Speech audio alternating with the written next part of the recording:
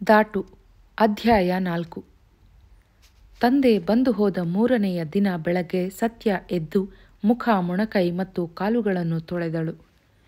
ಬೆನ್ನು, ಭುಜದ ಗಾಯಗಳಿಗೆ ಇನ್ನೂ 1 ವಾರವಾದರೂ ನೀರು ಸೋಕಿಸಕೂಡದೆಂದು ಡಾಕ್ಟರು ಹೇಳಿದ್ದುದರಿಂದ ಪೂರ್ತಿ ಸ್ನಾನ ಮಾಡುವಂತಿರಲಿಲ್ಲ. ಬಟ್ಟೆ ಬದಲಾಯಿಸಿ ತಿಂಡಿಗೆ ಹೋಟೆಲಿಗೆ ಹೊರಡಲು ಸಿದ್ಧಳಾಗುತ್ತಿದ್ದಳು. ಅಷ್ಟರಲ್ಲಿ ಶ್ರೀನಿವಾಸ ಬಂದ. ಅವನು ಈಗ ಬಂದದ್ದು ಅನಿರೀಕ್ಷಿತವಾದರೂ ಅಸಹಜವಾಗಿರಲಿಲ್ಲ. ಒಳಗೆ ಬಂದು ಮಂಚದ ಮೇಲೆ ಕುಳಿತು ಹೇಳಿದ, ನೆನ್ನೆ ಸಂಜೆ ತನಕ ಜೊತೆಲೇ ಇದ್ದೆವಲ್ಲ, ಆದರೂ ಬೆಳಗ್ಗೆ ಎದ್ದ ತಕ್ಷಣ ನಿನ್ನ ನೋಡಬೇಕು ಅನ್ನಿಸ್ತು. ಇರೋ ಅಕರಾಸ್ತೆಯೆಲ್ಲ ಈಗಲೇ ಸುರಿದು ಬಿಟ್ರೆ ಮುಂದಕ್ಕೆ ಒಂದಿಷ್ಟು ಇಟ್ಟುಕೋ ಬೇಡವೇ? ನನ್ನ ಪ್ರೀತಿ ಶಾಶ್ವತವಲ್ಲ ಅಂತೀಯೇನು ಎಂದು ಅವನು ಹತ್ತಿರವೇ ನಿಂತಿದ್ದ ಅವಳ ಬೆನ್ನಿನ ಮೇಲೆ ಚಪ್ಪರಿಸಿದ.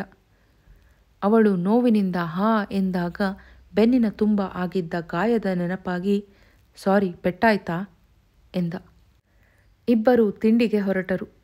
ಅವಳು ಮೊದಲು ಹೊರಗೆ ಬಂದಾಗ ಮೇಲಿನ ಮನೆಯ ಹೆಂಗಸಲ್ಲದೆ ಗಂಡಸೂ ಸಹ ತಮ್ಮ ಹಾಲಿನ ಕಿಟಕಿಯ ತೆಳುವಾದ ತೆರೆಯಿಂದ ನೋಡುತ್ತಿದ್ದುದು ಗೊತ್ತಾಯಿತು. ಶ್ರೀನಿವಾಸನು ಹೊರಗೆ ಬಂದ. ಅವಳು ಬಾಗಿಲಿಗೆ ಬೀಗ ಹಾಕಿಕೊಂಡಳು. ಇಬ್ಬರು ಮೆಟ್ಟಿಲುಗಳನ್ನಿಳಿದ ಮೇಲೆ ಕೇಳಿದಳು, ನೆನ್ನೆ ರಾತ್ರಿ ನಿಮ್ಮ ತಂದೆ ಕೈಲಿ ಮಾತಾಡಿದಿರಾ? ಮಾತೇನಾಡೋದು? ನಮ್ಮ ಅವ್ವ ಅವರದ್ದೇ ಅಬ್ಜೆಕ್ಷನ್ ಇದ್ದದ್ದು. ನಮ್ಮ ಫಾದರ್ ತುಂಬ ಲಿಬರಲ್. ಮದುವೆ ಆಯಿತು ಅಂತಲೇ ಲೆಕ್ಕ. ಇವತ್ತಿನಿಂದ ನಿನ್ನ ರೂಮಿನಲ್ಲೇ ಇದ್ದು ಬಿಡ್ತೀನಿ ಎಂದು ಅವನು ನಕ್ಕ. ಅವನ ಮಾತಿನ ಒಳ ಅರ್ಥ ತಿಳಿದು ಅವಳು ಉತ್ತರ ಕೊಟ್ಟಳು, ಮನೆಗೆ ಹೆಂಡತಿನ ಕರೆಸಿಕೋಬೇಕೇ ಹೊರತು ಹೆಂಡತಿನ ಬಾಡಿಗೆ ರೂಮಿನಲ್ಲಿಟ್ಟು ಅಲ್ಲಿಗೆ ಬರ್ತೀನಿ ಅನ್ನಬಾರ್ದು ಗಂಡಸರು. ಘಾಟಿ ನೀನು ಎಂದು ಅದೇನೋ ಹೇಳುತ್ತಿದ್ದವನು ತಕ್ಷಣ ಗಮನಿಸಿದವನಂತೆ ಹೇಳಿದ, ಬೆಳಗ್ಗೆಯಿಂದ ನೀವು ಅಂತ ಬಹುವಚನ ಶುರು ಮಾಡಿದೆಯಲ್ಲ, ಯಾಕೆ?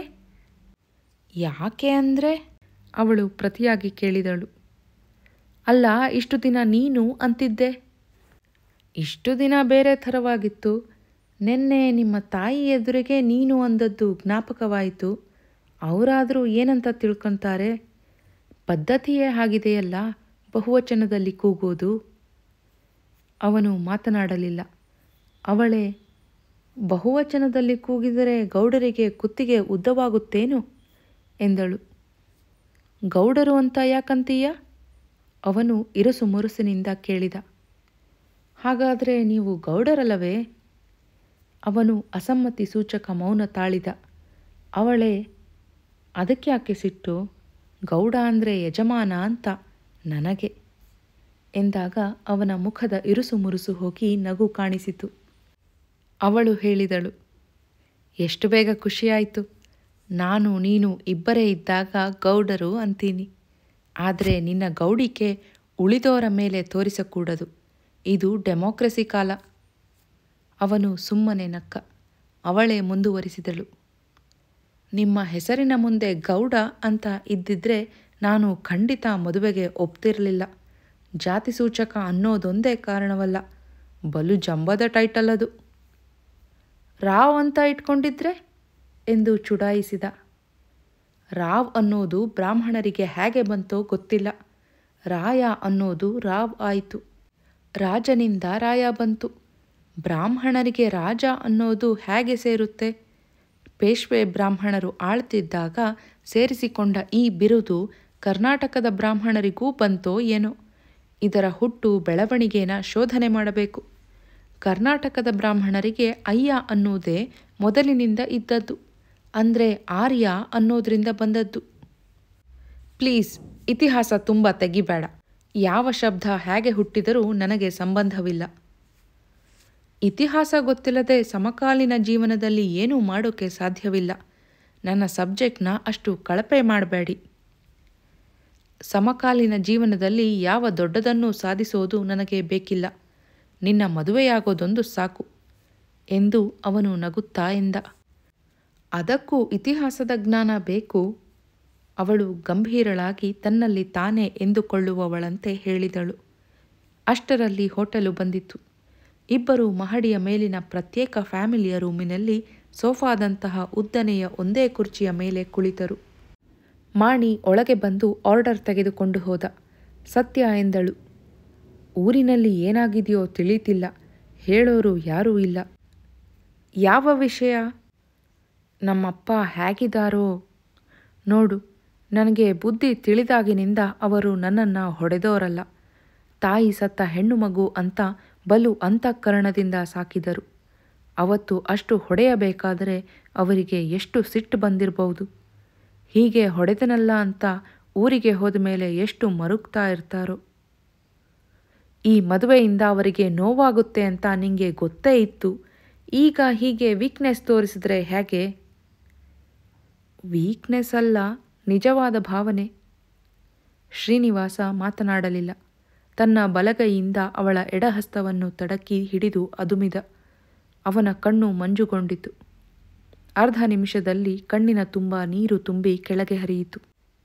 ಅವನ ಕಡೆಗೆ ತಿರುಗಿ ತನ್ನ ಬಲಗೈಯಿಂದ ಅವನ ತೋಳನ್ನು ಹಿಡಿದು ಸತ್ಯ ಎಂದಳು. ನಮ್ಮಪ್ಪನ್ನ ನೀನು ಚಿಕ್ಕ ವಯಸ್ಸಿನಿಂದ ಕಂಡಿದೀಯ. ಅವರ ವಿಷಯದಲ್ಲಿ ನೀನು ಇಷ್ಟು ಅಂತಃಕರಣ ಇಟ್ಕೊಂಡಿದೀಯಾ ಅಂತ ನನಗೆ ಗೊತ್ತಿರಲಿಲ್ಲ. ಈಗ ಸಿಟ್ಟಾಗಿರಬಹುದು. ಮುಂದೆ ಸಮಾಧಾನವಾದ ಮೇಲೆ ಅವರೇ ನಿನ್ನ ಗುಣ ಕಂಡು ಸಂತೋಷ ಪಡ್ತಾರೆ. ಆದರೆ ಅವನ ತಳಮಳದ ಕಾರಣ ಅವಳಿಗೆ ಅರ್ಥವಾಗಲಿಲ್ಲ. ಅವನೇ ಹೇಳಿದ, ನಿಮ್ಮ ತಂದೆ ಕಂಡ್ರೆ ನನಗೂ ಗೌರವ ಇದೆ. ಆದರೆ ನನಗೆ ದುಃಖವಾದ ಕಾರಣ ಬೇರೆ. ಏನು ಹೇಳು ಪ್ಲೀಸ್ ಎಂದು ಅವಳು ಅವನ ಕಣ್ಣೀರನ್ನು ತನ್ನ ಸೆರಗಿನಿಂದ ಒರೆಸಿದಳು. ಅದೇ ಸಮಯಕ್ಕೆ ಮಾಣಿ 2 ತಟ್ಟೆಗಳಲ್ಲಿ ಪೂರಿ ಸಾಗು ಮತ್ತೆರಡರಲ್ಲಿ ಇಡ್ಲಿ ಸಾಂಬಾರುಗಳನ್ನು ಹಿಡಿದು ಒಳಗೆ ಬಂದ. ಶ್ರೀನಿವಾಸನಿಗೆ ಸಂಕೋಚವಾಯಿತು. ಆದರೆ ಸತ್ಯ ತನ್ನ ಪಾಡಿಗೆ ತಾನು ಅವನ ಕಣ್ಣೀರನ್ನು ಒರೆಸಿದಳು. ಮಾಣಿ ಹೊರಟು ಹೋದ. ಪ್ಲೀಸ್ ಹೇಳು, ಅವಳು ಒತ್ತಾಯ ಮಾಡಿ ಕೇಳಿದಳು. ನಿನಗೆ ತಂದೆಯ ಮೇಲೆ ಅಷ್ಟು ಪ್ರೀತಿ ಇದೆ, ಅವರಿಗೆ ಸಿಟ್ಟು ಬಂದಿದೆ. ಅಕಸ್ಮಾತ್ ನೀನು ಮನಸ್ಸು ಬದಲಾಯಿಸಿದರೆ ನನ್ನ ಗತಿ ಏನು ಅಂತ ಯೋಚನೆ ಬಂತು. ಅವಳು ತನ್ನ ಬಲಗೈಯನ್ನು ಅವನ ಬಲಗೈಯಲ್ಲಿಟ್ಟು ಅದುಮೆ ಹೇಳಿದಳು. ನನ್ನ ಸ್ವಭಾವ ನಿನಗೆ ಇನ್ನೂ ಪೂರ್ತಿ ಅರ್ಥವಾಗಿಲ್ಲವೇ? ನನಗೆ ಸರಿ ಅನ್ನಿಸಿದ್ದನ್ನು ಯಾರು ವಿರೋಧಿಸಿದರೂ ಮಾಡದೇ ಇರೋಲ್ಲ. ಅವರು ಬೆಳೆದ ವಾತಾವರಣ, ಅವರು ವಾಸ ಮಾಡ್ತಿರೋ ಸಮಾಜದಲ್ಲಿ ಇದಕ್ಕಿಂತ ಬೇರೆ ಪ್ರತಿಕ್ರಿಯೆನೇ ಹೇಗೆ ನಿರೀಕ್ಷಿಸಬಹುದು? ಅವರಿಗೆ ಸಿಟ್ಟು ಬರೋದು, ನೋವಾಗೋದು ಸಹಜವೇ. ನಾನು ಮೊದಲೇ ಅಂದಾಜು ಮಾಡಿದ್ದೆ. ಹಾಗಂತ ತೀರ್ಮಾನ ಎಂದಿಗೂ ಬದಲಾಯಿಸೋಲ್ಲ. ನನಗೆ ಯಾಕೋ ಪೂರ್ತಿ ಧೈರ್ಯವಾಗ್ತಿಲ್ಲ. ತಿಂಡಿ ಆರಿ ಹೋಗ್ತಾ ಇದೆ, ತಗೋ. ಇಲ್ಲಿ ತುಂಬ ಹೊತ್ತು ಹೀಗೆ ಕೂತ್ರೆ ಮಾಣಿ ಏನು ತಿಳ್ಕೊಂಡಾನು ಎಂದು ಬಲವಂತವಾಗಿ ಅವನ ಕೈಯನ್ನು ತಿಂಡಿಯ ತಟ್ಟೆಗೆ ತಗುಲಿಸಿ ತಾನೂ ಪೂರಿಯನ್ನು ಮಡಿಸಿ ಕೀಳುತ್ತಾ ಎಂದಳು. ಒಂದು ಕೆಲಸ ಮಾಡು. ಇವತ್ತೇ ಸಬ್ ರಿಜಿಸ್ಟ್ರಾರ ಕಚೇರಿಗೆ ಹೋಗಿ ನೀನು ಡಿಕ್ಲರೇಷನ್ ಕೊಟ್ಟು ಬಾ. ಇವತ್ತಿನ ಡಿಕ್ಲರೇಷನ್ನಿಗೆ ನಾನು ಬರೋ ಅಗತ್ಯವಿಲ್ಲ. ನಮ್ಮ ಪಾಡಿಗೆ ನಾವು ಇನ್ನೂ 15 ದಿನಕ್ಕೆ ಅವರ ರಿಜಿಸ್ಟರ್ನಲ್ಲಿ ಮಾಡಿಕೊಂಡು ಬಿಡೋಣ. ಅಷ್ಟಾದರೆ ತಪ್ಪಿಸೋಕೆ ಹಿರಿಯರು ಏನೂ ಮಾಡೋ ಹಾಗಿಲ್ಲವಲ್ಲ. ಈ ಮಾತಿನಿಂದ ಅವನ ಆತಂಕ ಕಡಿಮೆಯಾಯಿತು. ತಿಂಡಿ ತಿಂದ ನಂತರ ಮಾಣಿಯನ್ನು ಕರೆದು ಕಾಫಿಗೆ ಹೇಳಿದ ಮೇಲೆ ಅವನೇ ಎಂದ, ನಮ್ಮ ಮನೆಯಲ್ಲಿ ಹೇಗೂ ಒಪ್ಪಿದ್ದಾರೆ. ಶಾಸ್ತ್ರದ ರೀತಿ ಮದುವೆ ಮಾಡ್ಕೊಳ್ಳೋಕೆ ಯಾವತ್ತೂ ತಯಾರು. ನಿಮ್ಮ ಮನೆಯಲ್ಲಿ ತಾನೇ ವಿರೋಧ? ನನ್ನ ಅವ್ವ ಅಪ್ಪ ಒಪ್ಪಿರುವಾಗ ನಮಗೆ ನಾವೇ ರಿಜಿಸ್ಟರ್ ಮಾಡಿಕೊಂಡ್ರೆ ಅವರಿಗೆ ಬೇಜಾರಾಗುತ್ತೆ. ಸುಮ್ಮನೆ ಯಾಕೆ ವಿರೋಧ ಮಾಡ್ಕೋಬೇಕು? ಶಾಸ್ತ್ರದ ರೀತಿಯಲ್ಲೇ ಆಗಲಿ. ಶಾಸ್ತ್ರ ಅಂದರೆ ಯಾವ ಶಾಸ್ತ್ರದ ರೀತಿ? ಬ್ರಾಹ್ಮಣರು ಮಾಡೋ ಹಾಗೆ 3 ದಿನ ಮಂತ್ರ ಒಟಗುಟ್ಟೋದ್ರಲ್ಲಿ ಅರ್ಥವಿಲ್ಲ. ಬಿಲ್ಕುಲ್ ಮಂತ್ರ ಬೇಡ ಅಂತ 10 ಜನ ಹಾಲು ನೀರು ಬಿಟ್ಟು ಆಯ್ತು ಅನ್ಸೋ ಬಳಗಧಾರೆಯಲ್ಲಿ ಸ್ವಾರಸ್ಯವಿಲ್ಲ. ನಾವು ಹೇಗೆ ಮಾಡ್ಕೊಂಡ್ರೂ ನಮ್ಮ ತಂದೆಯಾಗಲಿ ಅಣ್ಣನಾಗಲಿ ಮದುವೆಗೆ ಬರೋಲ್ಲ. ಕನ್ಯಾದಾನ ಮಾಡೋ ದಾತರೇ ಇಲ್ಲದಿರುವಾಗ ಧಾರೆಯಲ್ಲಿ ಏನು ಅರ್ಥವಿದೆ? ನಾನು ನೀನು ಒಪ್ಪಿ ನಿನ್ನ ಜವಾಬ್ದಾರಿಯಿಂದ ಆಗೋ ಮದುವೆ ಇದು. ಆದ್ದರಿಂದ ಯಾವ ರೂಪದಲ್ಲಿ ಆದರೂ ರಿಜಿಸ್ಟರ್ ಅರ್ಥವೇ ಆಗುತ್ತೆ. ಆದರೆ 10 ಜನ ಕೂಡಬೇಕು ಅನ್ನೋ ಕಟ್ಟಳೆ ಬಿಡೋಕ್ಕಾಗೋಲ್ಲ. ನಮ್ಮಪ್ಪನಿಗೆ ನಾನೊಬ್ಬನೇ ಮಗ. ಅವರ ಸ್ನೇಹಿತರು, ಅಸೆಂಬ್ಲಿಯವರು, ಇತರ ಮಂತ್ರಿಗಳು ಇವರನ್ನೆಲ್ಲ ಕರೆದು ಊಟ ಹಾಕೋಕ್ಕೆ ಒಂದು ಅವಕಾಶ ಕೊಡಬೇಕಲ್ಲ. ಅವರೇ ಒಪ್ಪಿರುವಾಗ ನಾವ್ಯಾಕೆ ತಪ್ಪಿಸಬೇಕು? ಅಷ್ಟರಲ್ಲಿ ಸಪ್ಲೈಯರ್ ಒಳಗೆ ಬಂದು 1 ಲೋಟ ಕಾಫಿ ಜೊತೆಯಲ್ಲಿ ಬಿಲ್ ಇಟ್ಟು ಹೋದ. ನಿನ್ನಿಷ್ಟ. ರಿಜಿಸ್ಟರ್ ಬೇಕು ಅಂತ ನಾನು ಹೇಳಲಿಲ್ಲ. ನಿನ್ನ ಹೆದರಿಕೆಗೆ ಸಮಾಧಾನವಾಗಲಿ ಅಂತ ಅಂದೆ. ಇಷ್ಟಕ್ಕೂ ಮದುವೆಯಾಗೋದು ಗಂಡಿನ ಇಷ್ಟಕ್ಕೆ ಅನುಸಾರವಾಗಿ ತಾನೆ ಎಂದು ಅವಳು ನಕ್ಕಳು. ವಾತಾವರಣ ಹಗುರವಾಯಿತು. ಕಾಫಿ ಕುಡಿಯುತ್ತಾ 2 ನಿಮಿಷ ತನ್ನಲ್ಲಿಯೇ ಮಗ್ನಳಾಗಿದ್ದು ಅನಂತರ ಎಂದಳು, ಯಾವುದಾದರೂ ಸರಿ, ಸುಮ್ಮನೆ ನಿಧಾನ ಮಾಡಬೇಡಿ. ನಿಮ್ಮ ತಂದೆಗೆ ಹೇಳಿ ಬೇಗ ಶಾಸ್ತ್ರ ಮುಗಿಸಿಬಿಡಿ. ಇಂಥದ್ದು ಎಳೆದಷ್ಟು ಒಳ್ಳೆಯದಲ್ಲ. ನಾನಾದರೂ ಒಬ್ಳು ರೂಮ್ ಮಾಡಿಕೊಂಡು ಯಾಕಿರಲಿ? ಇಬ್ಬರೂ ಕೆಳಗೆ ಇಳಿದು ಬಂದರು. ಬಾಗಿಲಿನಲ್ಲಿದ್ದ ಗಲ್ಲಾದ ಹತ್ತಿರ ಶ್ರೀನಿವಾಸ ಬಿಲ್ ಹಣ ಕೊಟ್ಟ. ಹೊರಗಿನ ಪೆಟ್ಟಿಗೆ ಅಂಗಡಿಯಲ್ಲಿ ಇಬ್ಬರೂ ಪಾನ್ ತೆಗೆದುಕೊಂಡರು. ಅವನು ಒಂದು ಸಿಗರೇಟ್ ಕೊಂಡು ಕಬರುತ್ತಿದ್ದ ತೆಂಗಿನ ನಾರಿನ ಹುರಿಯಿಂದ ಹೊತ್ತಿಸಿಕೊಳ್ಳುತ್ತಾ ಕೇಳಿದ, ನೀನು ಕಾಲೇಜಿಗೆ ಎಷ್ಟು ಹೊತ್ತಿಗೆ ಹೋಗಬೇಕು? ತನ್ನ ಗಡಿಯಾರ ನೋಡಿಕೊಂಡು ಅವಳು ಗಾಬರಿಯಾದಳು. ಅಮ್ಮ, 9:30 ಆಯಿತು. 11 ಗಂಟೆಗೆ ಒಂದು ಪೀರಿಯಡ್ ಇದೆ. ಸ್ವಲ್ಪವೂ ಪ್ರಿಪೇರ್ ಮಾಡ್ಕೊಂಡಿಲ್ಲ. ನಿನಗೆಂಥ ಪ್ರಿಪರೇಷನ್ ಬೇಕು? ಇಷ್ಟು ಬುದ್ಧಿವಂತೆಗೆ. ಇಷ್ಟು ಬೇಗ ಹೋಗಬೇಡ. ಇನ್ನೊಂದರ್ಧ ಗಂಟೆ ಎಲ್ಲಾದರೂ ತಿರುಗಾಡ್ಕೊಂಡು ಬರೋಣ ಬಾ. ಬ್ಯಾಡಿ ಪ್ಲೀಸ್, ಸಾಯಂಕಾಲ 4 ಗಂಟೆಗೆ ಬನ್ನಿ. ಎಲ್ಲಾದರೂ ಹೋಗೋಣ. ಸಿದ್ಧವಾಗದೆ ಕ್ಲಾಸಿಗೆ ಹೋಗಬಾರ್ದು. ನಿನ್ನ ಕೆಲಸನೇ ಬಿಟ್ಬಿಡು. ಮಂತ್ರಿಗಳ ಸೊಸೆ ಕೆಲಸ ಯಾಕೆ ಮಾಡಬೇಕು? ಯಾಕೆ ಮಾಡಬಾರ್ದು? ಇದು ಶ್ರೀಮಂತ ರಾಜ್ಯದವರು ಆಡೋ ಮಾತು, ಪ್ರಜಾರಾಜ್ಯದವರು ಆಡೋದಲ್ಲ. ನನಗೆ ಹೊತ್ತಾಯಿತು. ರೂಮ್ ಕಡೆ ಹೋಗೋಣ. ನನ್ನ ತಲುಪಿಸಿ ನೀವು ಹೋಗಿ. ಇಲ್ಲ, ನಾನು ನಿನ್ನ ರೂಮಿನಲ್ಲೇ ಕೂತಿರ್ತೀನಿ. ನೀವಿದ್ರೆ ನನಗೆ ಪ್ರಿಪೇರ್ ಆಗೋಕ್ಕೆ ಆಗೋಲ್ಲ. ಪ್ಲೀಸ್ ಹಠ ಮಾಡಬೇಡಿ. 1 ನಿಮಿಷ ಸುಮ್ಮನೆ ನಿಂತಿದ್ದ ಅವನು ಹೇಳಿದ, ಒಂದು ಆಟೋ ರಿಕ್ಷಾ ಮಾಡ್ಕೊಳ್ಳೋಣ. ನಿನ್ನ ರೂಮಿನ ಹತ್ತಿರ ಇಳಿಸಿ ನಾನು ಅದರಲ್ಲೇ ಬೇಗ ಮನೆಗೆ ಹೋಗ್ತೀನಿ. ಅಪ್ಪಾಜಿ ಆಫೀಸಿಗೆ ಹೋಗೋಕ್ಕೆ ಮುಂಚೆ ಮಾತಾಡಿ ಬೇಗ ಡೇಟ್ ಸೆಟಲ್ ಮಾಡಿಸ್ತೀನಿ. ಮದುವೆಯಾಗಿ ಬಿಟ್ಟರೆ ನಾನು ನೀನು ದೂರ ಇರೋ ಹಾಗಿಲ್ಲ. ಅವಳ ಮುಖದ ಮೇಲೆ ನಗೆ ಬಿರಿಯಿತು. ಗಂಡಸರು ಯಾವಾಗಲೂ ಪ್ರಾಕ್ಟಿಕಲ್ ಎಂದಳು. ರಸ್ತೆಯಲ್ಲಿ ಹೋಗುತ್ತಿದ್ದ ಒಂದು ಖಾಲಿ ಆಟೋ ರಿಕ್ಷಾವನ್ನು ಕರೆದು ಇಬ್ಬರು ಕುಳಿತರು. ಅದು ಅವಳ ರೂಮಿನ ಕಡೆಗೆ ಹೋಗುತ್ತಿದ್ದಾಗ ಅವನು ಕೇಳಿದ, ಬೆಳಗ್ಗೆ ನಾನು ಬಂದಾಗ ಬಹುವಚನ ಶುರು ಮಾಡಿದ್ದೆ. ಹೋಟೆಲಿನಲ್ಲಿ ತಿಂಡಿ ತಿನ್ನುವಾಗ ಏಕವಚನ ಬಂತು. ಈಗ ಮತ್ತೆ ಬಹುವಚನ. ಇದೇನು? ಹೌದಾ? ಏಕವಚನ ಉಪಯೋಗಿಸಿದ್ದು ನನ್ನ ಗಮನಕ್ಕೆ ಬರಲಿಲ್ಲ. ಆದರೆ ಬಹುವಚನ ಅಭ್ಯಾಸ ಮಾಡ್ಕೋಬೇಕಲ್ಲ, ಗೌಡರ ಗೌಡಿಕೆಯ ಗುರುತಿಗೆ ಎಂದು ಚುಡಾಯಿಸಿದಳು. ರೂಮಿನ ಕಟ್ಟಡದ ಮುಂಭಾಗದಲ್ಲಿ ಆಟೋ ರಿಕ್ಷಾ ನಿಲ್ಲಿಸಿ ಅವಳು ಇಳಿದಳು. ಅವನು ಕೈ ನೀಡಿ ಅವಳ ಬಲಗೈ ಎಳೆದುಕೊಂಡು ಶೇಕ್ ಹ್ಯಾಂಡ್ ಮಾಡಿದ. ಅವಳು ಇಂಗ್ಲಿಷಿನಲ್ಲಿ, ಸಂಯಮವಿರಲಿ, ಇದು ಬೆಂಗಳೂರು, ಬರ್ಮಿಂಗ್ಹ್ಯಾಮ್ ಅಲ್ಲ. ಬಾಯ್ ಬಾಯ್, ಗುಡ್ ಲಕ್, 4 ಗಂಟೆಗೆ ಬನ್ನಿ ಎಂದು ಹೇಳಿ ಕಾಂಪೌಂಡ್ ಪ್ರವೇಶಿಸಿ ಕಟ್ಟಡದ ಪಕ್ಕದಲ್ಲಿ ತಿರುಗಿ ಮೆಟ್ಟಿಲು ಹತ್ತಿ ಮಹಡಿಗೆ ಹೋದಳು. ರಿಕ್ಷಾ ಮುಂದೆ ಹೋಯಿತು. 11 ಗಂಟೆಗೆ ಇಂಟರ್ಮೀಡಿಯೇಟ್ ಕ್ಲಾಸು. ಗ್ರೀಸ್ ದೇಶದ ಭೌಗೋಳಿಕ ವಿವರಣೆ ಮತ್ತು ಆ ದೇಶದ ಇತಿಹಾಸದ ಮೇಲೆ ಅದರ ಪ್ರಭಾವ ಎಂಬ ವಿಷಯ ಹೇಳಬೇಕು. ತನ್ನ ನೆನಪನ್ನು ಹೊಸತು ಮಾಡಿಕೊಂಡರೆ ಸಾಕು. ಸತ್ಯ ವಿದ್ಯಾರ್ಥಿನಿಯಾಗಿದ್ದಾಗ ಎಂದು ಉಪನ್ಯಾಸಕರು ಹೇಳಿದ ಪಾಠ, ಬರೆಸಿದ ಟಿಪ್ಪಣಿಗಳನ್ನು ಅವಲಂಬಿಸುತ್ತಿರಲಿಲ್ಲ. ಪರೀಕ್ಷೆ ಪಾಸು ಮಾಡಲು ಸಿಕ್ಕುತ್ತಿದ್ದ ಸುಲಭ ಪುಸ್ತಕಗಳನ್ನು ಓದುತ್ತಿರಲಿಲ್ಲ. ಒಂದೊಂದು ವಿಷಯಕ್ಕೂ ವಿವರವಾದ 4-5 ಗ್ರಂಥಗಳನ್ನು ಓದಿ ತುಲನೆ ಮಾಡಿ ಗ್ರಹಿಸುತ್ತಿದ್ದಳು. ಆದುದರಿಂದ ಪಾಠ ಹೇಳುವ ಈ ಮೊದಲನೇ ಅನುಭವವು ಸ್ವಲ್ಪವೂ ಕಷ್ಟಕರವಾಗಿರಲಿಲ್ಲ. ಆದರೂ ಎಚ್ಚರ ತಪ್ಪಬಾರದೆಂದು ಕಾಲೇಜು ಪುಸ್ತಕ ಭಂಡಾರದಿಂದ ತಂದ 2 ಪುಸ್ತಕಗಳನ್ನು ತೆಗೆದು ನೋಡಿ ಸಣ್ಣ ಟಿಪ್ಪಣಿ ಮಾಡಿಕೊಳ್ಳತೊಡಗಿದಳು. ಅದು 10-15 ನಿಮಿಷದ ಕೆಲಸ. ಆಮೇಲೆ ಮಧ್ಯಾಹ್ನ 2ರಿಂದ 3ರ ತನಕ ಜೂನಿಯರ್ BAಗೆ ಭಾರತದ ಇತಿಹಾಸವಿದೆ. ಭಾರತದ ಇತಿಹಾಸವೆಂದರೆ ಅವಳಿಗೆ ಇನ್ನೂ ಹೆಚ್ಚು ಪರಿಚಿತವಾದ ನೆಲ. ಈ ದಿನ ವೇದಕಾಲದ ಧರ್ಮ ಮತ್ತು ಸಮಾಜ ಪದ್ಧತಿಗಳು ಎಂಬುದನ್ನು ಹೇಳಬೇಕಾಗಿತ್ತು. ಆ ಬಗೆಗೆ ಎಷ್ಟೇ ಓದಿ ವಿಚಾರ ಮಾಡಿದ್ದರೂ 12ರಿಂದ 2 ಗಂಟೆಯ ತನಕ ಬಿಡುವಿನಲ್ಲಿ ಅರ್ಧ ಗಂಟೆ ಊಟಕ್ಕೆ ಉಪಯೋಗಿಸಿ ಉಳಿದಂತೆ ಪುಸ್ತಕ ಭಂಡಾರದಲ್ಲಿ ಕುಳಿತು ವಿಷಯವನ್ನು ಮನಸ್ಸಿನಲ್ಲಿ ವ್ಯವಸ್ಥೆಗೊಳಿಸಿಕೊಳ್ಳಬೇಕು. ಹಾಗೆಯೇ ನಾಳೆಯ ಪಾಠದ ಸಿದ್ಧತೆಯನ್ನೂ ಮುಗಿಸಿಟ್ಟುಕೊಳ್ಳಬೇಕು ಎಂದು ಯೋಚಿಸಿದಳು. ಅವಳು ಪುಸ್ತಕ ಹಿಡಿದು ಕೂತು 5 ನಿಮಿಷವಾಗಿತ್ತು. ಹೊರಗಿನಿಂದ ಯಾರೋ ಬಾಗಿಲು ತಟ್ಟಿದರು. ಎದ್ದು ಹೋಗಿ ತೆರೆದಳು.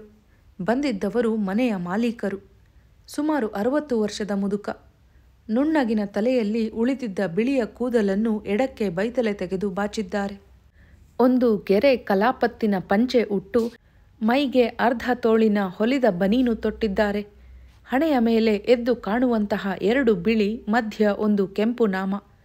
ಇವಳು ಬಾಗಿಲು ತೆರೆದ ತಕ್ಷಣ ಸಿದ್ಧಪಡಿಸಿಟ್ಟುಕೊಂಡಿದ್ದಂತೆ ಹೇಳಿದರು, ಇವತ್ತು ಸಾಯಂಕಾಲದ ಹೊತ್ತಿಗೆ ನಮ್ಮ ರೂಮು ಖಾಲಿ ಮಾಡಿಕೊಡಿ ಪ್ಲೀಸ್, ನಮ್ಮ ನೆಂಟರು ಬರ್ತಾರೆ, ಅರ್ಜೆಂಟ್ ಬೇಕು. ಅವಳಿಗೆ ಏನೂ ಅರ್ಥವಾಗಲಿಲ್ಲ. ಸೋಜಿಗದಿಂದ ಅವರ ಮುಖ ನೋಡಿದಳು. ಅವರೇ, ನಾನು ಸೀರಿಯಸ್ ಆಗಿ ಹೇಳ್ತಿದ್ದೀನಿ. ಗೊತ್ತಾಗೋಯ್ತೆ, ನಮ್ಮ ರೂಮು ನಮಗೆ ಬೇಕು. ಇಷ್ಟು ದಿನ ಇದ್ದದ್ದಕ್ಕೆ ಮುರುಕೊಂಡು ಅಡ್ವಾನ್ಸಿನಲ್ಲಿ ಉಳಿದದ್ದ ಕೊಟ್ಟು ಬಿಡ್ತೀನಿ. ನಾನು ಬರೀ ದುಡ್ಡು ಸಂಪಾದನೆ ಮಾಡೋಕೆ ಅಂತ ರೂಮು ಕಟ್ಟಿಸಿಲ್ಲ ಎಂದು ಹೇಳಿ ಅವರು ಹಿಂತಿರುಗಿ ನಡೆದು ಮೆಟ್ಟಿಲುಗಳನ್ನಿಳಿದು ಹೋದರು.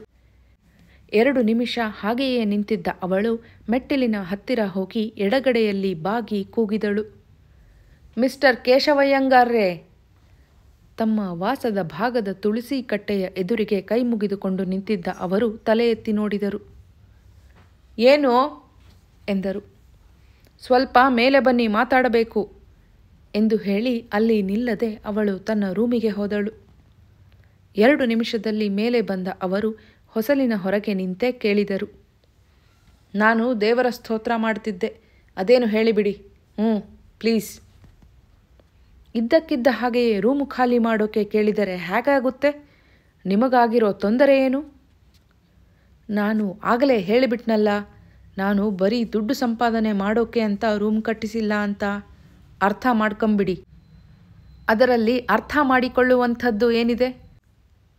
ಬಿಡಿಸಿ ಹೇಳಬೇಕೇನು? ದುಡ್ಡು ಸಂಪಾದನೆ ಮಾಡೋಕೆ ಹೋಟೆಲಿನವರು ಕಟ್ಟಿಸ್ತಾರೆ, ಅಲ್ಲಿ ಏನು ಬೇಕಾದರೂ ಮಾಡಬಹುದು. ನಮ್ಮನೇಲಿ ಹೆಣ್ಣು ಮಕ್ಕಳಿದ್ದಾರೆ, ಉಳಿದ ಬಾಡಿಗೆಯವರು ಅಬ್ಜೆಕ್ಟ್ ಮಾಡ್ತಾರೆ. ಇವತ್ತು ಖಾಲಿ ಮಾಡಿಬಿಡಿ, ನಿಮಗೆ 8 ಅವರ್ಸ್ ಟೈಮ್ ಕೊಟ್ಟಿದ್ದೀನಿ. ಸತ್ಯಳಿಗೆ ರೇಗಿತು. ನೀವು ಹುಡುಗಾಟದ ಮಾತಾಡ್ತಿದ್ದೀರೋ ಹೇಗೆ? ಏನು ನಿಮ್ಮ ಮಾತಿನ ಅರ್ಥ? ಬಾಯಿ ಜೋರು ಮಾಡಿದರೆ ಹೆದರ್ಕತ್ತೀನೇನು ನಾನು? ಎಂಥೆಂಥವ್ರನ್ನ ನೋಡಿದ್ದೀನಿ. ಇಂಜಿನಿಯರ್ ಆಗಿ ರಿಟೈರ್ ಆಗಿದ್ದೀನಿ ನಾನು, ಗೊತ್ತಾ? ಬೀದೀಲಿ ಆಟೋ ರಿಕ್ಷಾದಿಂದ ಇಳಿದು ಗಂಡಸಿನ ಕೈ ಹಿಡ್ಕೊಂಡು ಶೇಕ್ ಹ್ಯಾಂಡ್ ಕೊಟ್ರಲ್ಲ, ಯಾವನು ಅವನು? ನಮ್ಮ ಹೆಣ್ಮಕ್ಳು ನೋಡಿದರೆ ಏನಾಗುತ್ತೆ ಪರಿಣಾಮ? ನಾವು ಎಂಥ ಮನೆತನದವರು ಗೊತ್ತಾ? ಅಷ್ಟರಲ್ಲಿ ಮೇಲಿನ ಮನೆಯ ಯಜಮಾನರು ಕಾದುಕೊಂಡಿದ್ದವರಂತೆ ಅಲ್ಲಿಗೆ ಬಂದು ತಮ್ಮ ಹೇಳಿಕೆ ನೀಡಿದರು. ಬಿಳಿಯ ಪಂಚೆಯಲ್ಲಿ ಸೈಕಲ್ ಕಚ್ಚೆ ಹಾಕಿ ಕ್ಲೋಸ್ ಕಾಲರ್ ಕಾಟನ್ ಕೋಟು ಹಾಕಿದ್ದ ಆತ ಕರಿಯ ಟೋಪಿ ಇಟ್ಟುಕೊಂಡಿದ್ದರು. ಹಣೆಯ ಮೇಲೆ ಮತ್ತು ಕಣ್ಣುಗಳ ಹತ್ತಿರ 2 ಬದಿಗಳಲ್ಲೂ ಹೊಡೆದಿದ್ದ ಮುದ್ರೆ ಸ್ಪಷ್ಟವಾಗಿ ಕಾಣುತ್ತಿತ್ತು. ನಾನು ಎದುರಿಗೆ ಹೇಳ್ತೀನಿ, ಹಿಂದೆ ಮುಂದೆ ಮಾತಾಡೋಲ್ಲ. ನೋಡಿದರೆ ಹೊಲೇರೋನ ಹಾಗೆ ಕಾಣ್ತಿದ್ನಂತೆ. ಗಾಂಧಿ ಟೋಪಿ, ಹೊಲೇರೋನು ಅಂತ ಅವರ ಮಾತಿನಲ್ಲೇ ಗೊತ್ತಾಯ್ತಂತೆ. ಅವನನ್ನು ಈ ಲೇಡಿ ರೂಮಿನ ಒಳಕ್ಕೆ ಸೇರಿಸಿದ್ದರಂತೆ. ಇವರ ಅಪ್ಪ ಇವರನ್ನು ಹಿಡ್ಕೊಂಡು ಎಕ್ಕಡದಲ್ಲಿ ಹೊಡೆದು ಇಟ್ಟರಂತೆ. ಈ ಲೇಡಿ ಶೂದ್ರ ಹುಡುಗನ್ನ ಮದುವೆಯಾಗಬೇಕು ಅಂತ ಹಠ ಮಾಡ್ತಿದ್ದಾರಂತೆ. ಅವನು ಇವತ್ತು ಬೆಳಗ್ಗೆಯೂ ಈ ರೂಮಿಗೆ ಬಂದಿದ್ದ. ಇಂಥದ್ದೆಲ್ಲ ಆದರೆ ನಾವು ಈ ಮನೇಲಿ ಇರೋದು ಹೇಗೆ? ನಾವು ಬಾಡಿಗೆ ಕೊಡೋದು. ನಾನು ಆಗಲೇ ಅಂದೆನಲ್ಲ, ದುಡ್ಡಿಗೆ ಅಂತ ಕಟ್ಟಿಸಿಲ್ಲ ನಾನು ಎಂದರು. ಅಷ್ಟರಲ್ಲಿ ಹಿಂಭಾಗದ ಕಟ್ಟಡದ ಮಹಡಿಯ ಮೇಲೆ 7-8 ಜನ ಹೆಂಗಸರು, ಗಂಡಸರು, ಮಕ್ಕಳು ಸೇರಿ ಈ ದೃಶ್ಯವನ್ನೇ ನೋಡುತ್ತಿದ್ದರು. ತನ್ನ ಪಕ್ಕದ ಮನೆಯ ಹೆಂಗಸೇ ಅಲ್ಲದೆ ಆಕೆಯ 2 ಪುಟ್ಟ ಮಕ್ಕಳೂ ಹೊರಗೆ ಬಂದು ನೋಡುತ್ತಿದ್ದರು. ತಾನು ಬಾಯಿ ಹಾಕಲು ಆ ಹೆಂಗಸು ಕಾಯ್ದು ನಿಂತಿರುವಂತೆ ಕಾಣುತ್ತಿತ್ತು. ಸತ್ಯಳಿಗೆ ನಾಚಿಕೆಯಾಯಿತು. ರೂಮು ಖಾಲಿ ಮಾಡಬೇಕಾದ್ರೆ ಮಾಡ್ತೀನಿ, ಸಾಯಂಕಾಲ ಅಂದರೆ ಸಾಯಂಕಾಲ ಸಾಧ್ಯವಿಲ್ಲ, 1-2-3 ದಿನ ತಾಳಿ ಎಂದು ಹೇಳಿ ಕೋಣೆಯ ಬಾಗಿಲನ್ನು ಧಪ್ಪನೆ ಹಾಕಿಕೊಂಡಳು.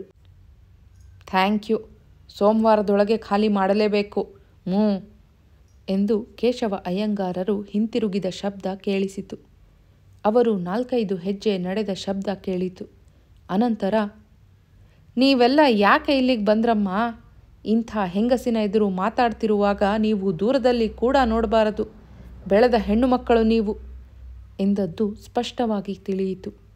ಸತ್ಯ ಬೀದಿಯ ಕಡೆಗಿದ್ದ ಕಿಟಕಿಯಲ್ಲಿ ನೋಡುತ್ತಾ ಸುಮ್ಮನೆ ಕೋಣೆಯಲ್ಲಿ ನಿಂತಳು. 5 ನಿಮಿಷದಲ್ಲಿ ಮೇಲಿನ ಮನೆಯ ಪದ್ಮನಾಭಾಚಾರ್ಯರು ಕುಪ್ಪಳಿಸಿ ಸೈಕಲ್ ಹತ್ತುವುದು ಕಾಣಿಸಿತು. ಕಾಲೇಜಿಗೆ ಹೊತ್ತಾಗುತ್ತಿತ್ತು. ಬೆಳಗ್ಗೆ ಬದಲಾಯಿಸಿದ್ದ ಬಟ್ಟೆಯೇ ಸಾಕಾಗುತ್ತಿತ್ತು. ತನ್ನ ಪರ್ಸನ್ನು ಎಡಮೊಣಕೈಗೆ ನೇತು ಹಾಕಿಕೊಂಡು ಕೈಲಿ 2 ಪುಸ್ತಕ ಹಿಡಿದು ಕೋಣೆಗೆ ಬೀಗ ಹಾಕಿ ಅವಳು ಹೊರಗೆ ಬಂದಳು. ಪದ್ಮನಾಭಾಚಾರ್ಯರ ಹೆಂಡತಿ ಫಲ್ಗುಬಾಯಿ ತಂತಿ ಬಾಗಿಲಿನ ಹಿಂಬದಿಯ ತೆರೆಯ ಹಿಂದೆ ನಿಂತು ನೋಡುತ್ತಿದ್ದುದು ತಿಳಿಯಿತು. ಸತ್ಯಳಿಗೆ ತುಂಬ ಸಿಟ್ಟು ಬಂದಿತ್ತು. ಈಗ ನಡೆದಿರುವುದನ್ನು ಅವಳು ನಿರೀಕ್ಷಿಸಿರಲಿಲ್ಲ. ಮೆಲ್ಲನೆ ಮಾತನಾಡಿ ಎಂದು ಹೇಳಿದರೂ ಅವಳ ತಂದೆ ಧ್ವನಿ ತಗ್ಗಿಸಿರಲಿಲ್ಲ. ಸಿಟ್ಟಿನಲ್ಲಿ ಯಾರಾದರೂ ಹಾಗೆಯೇ. ಅಲ್ಲದೆ ಮೆಲ್ಲಗೆ ಮಾತನಾಡುವುದು ಹಳ್ಳಿಯವರಿಗೆ ಕಷ್ಟವೇ. ಕೇಶವಯ್ಯಂಗಾರರ ಮನೆಯಲ್ಲಿ 4 ಜನ ಬೆಳೆದ ಹುಡುಗಿಯರಿದ್ದಾರೆ. 28ರಿಂದ 18 ತನಕ ವಯಸ್ಸಿನವರು. 2 ಎಲ್ಲೋ ಕೆಲಸಕ್ಕೆ ಹೋಗ್ತಾರೆ. ಆದರೆ ನನ್ನದು ದಾರಿ ತಪ್ಪಿದ ನಡತೆ ಎಂಬುದು ಅವರ ಕಲ್ಪನೆ. ಅಪಮಾನದಿಂದ ಅವಳ ಮನಸ್ಸು ಕುದಿಯುತ್ತಿತ್ತು. ಬಾಡಿಗೆ ಬಿಸಾಕಿದ್ದೀನಿ, ಇಲ್ಲಿ ನಿಂತು ಬೊಗಳಕ್ಕೆ ನಿನಗೆ ಅಧಿಕಾರವಿಲ್ಲ, ಗೆಟ್ಔಟ್ ಎಂದೇಕೆ ನಾನು ಹೇಳಲಿಲ್ಲ ಎಂದು ತನ್ನನ್ನು ತಾನೇ ಹಳಿದುಕೊಂಡಳು. ಇಷ್ಟು ಜನ ಅವರು, ಎದುರು ಮಹಡಿಯ ಮೇಲೆ ಅಷ್ಟು ಜನ ಪ್ರೇಕ್ಷಕರು ಇರುವಾಗ ಹೆಂಗಸಾದ ನಾನು ಹೇಗೆ ಮಾತನಾಡಬಹುದಿತ್ತು? ಅಲ್ಲದೆ ಈ ಊರಿಗೆ, ಈ ಮೊಹಲ್ಲಾಕ್ಕೆ, ಈ ಜನಕ್ಕೆ ನಾನು ಇಷ್ಟು ಹೊಸಬಳು ಎಂದು ತನಗೆ ತಾನೇ ಸಮಾಧಾನ ಹೇಳಿಕೊಂಡಳು. ಸಿದ್ಧತೆಯ ಅಗತ್ಯವೇನೂ ಇರಲಿಲ್ಲ. ಆದರೆ ಮನಸ್ಸಿನ ಸಮಾಧಾನ ತಪ್ಪಿದುದರಿಂದ ಆ ದಿನ ಸರಿಯಾಗಿ ಪಾಠ ಹೇಳಲು ಅವಳಿಗೆ ಆಗಲಿಲ್ಲ.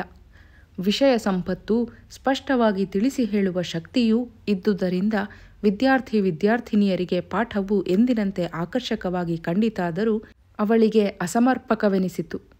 ಪೀರಿಯಡ್ ಕಳೆದ ಮೇಲೆ ಪುಸ್ತಕ ಭಂಡಾರದಲ್ಲಿ ಕುಳಿತಳು. ಯೋಚನೆ ಶುರುವಾಯಿತು.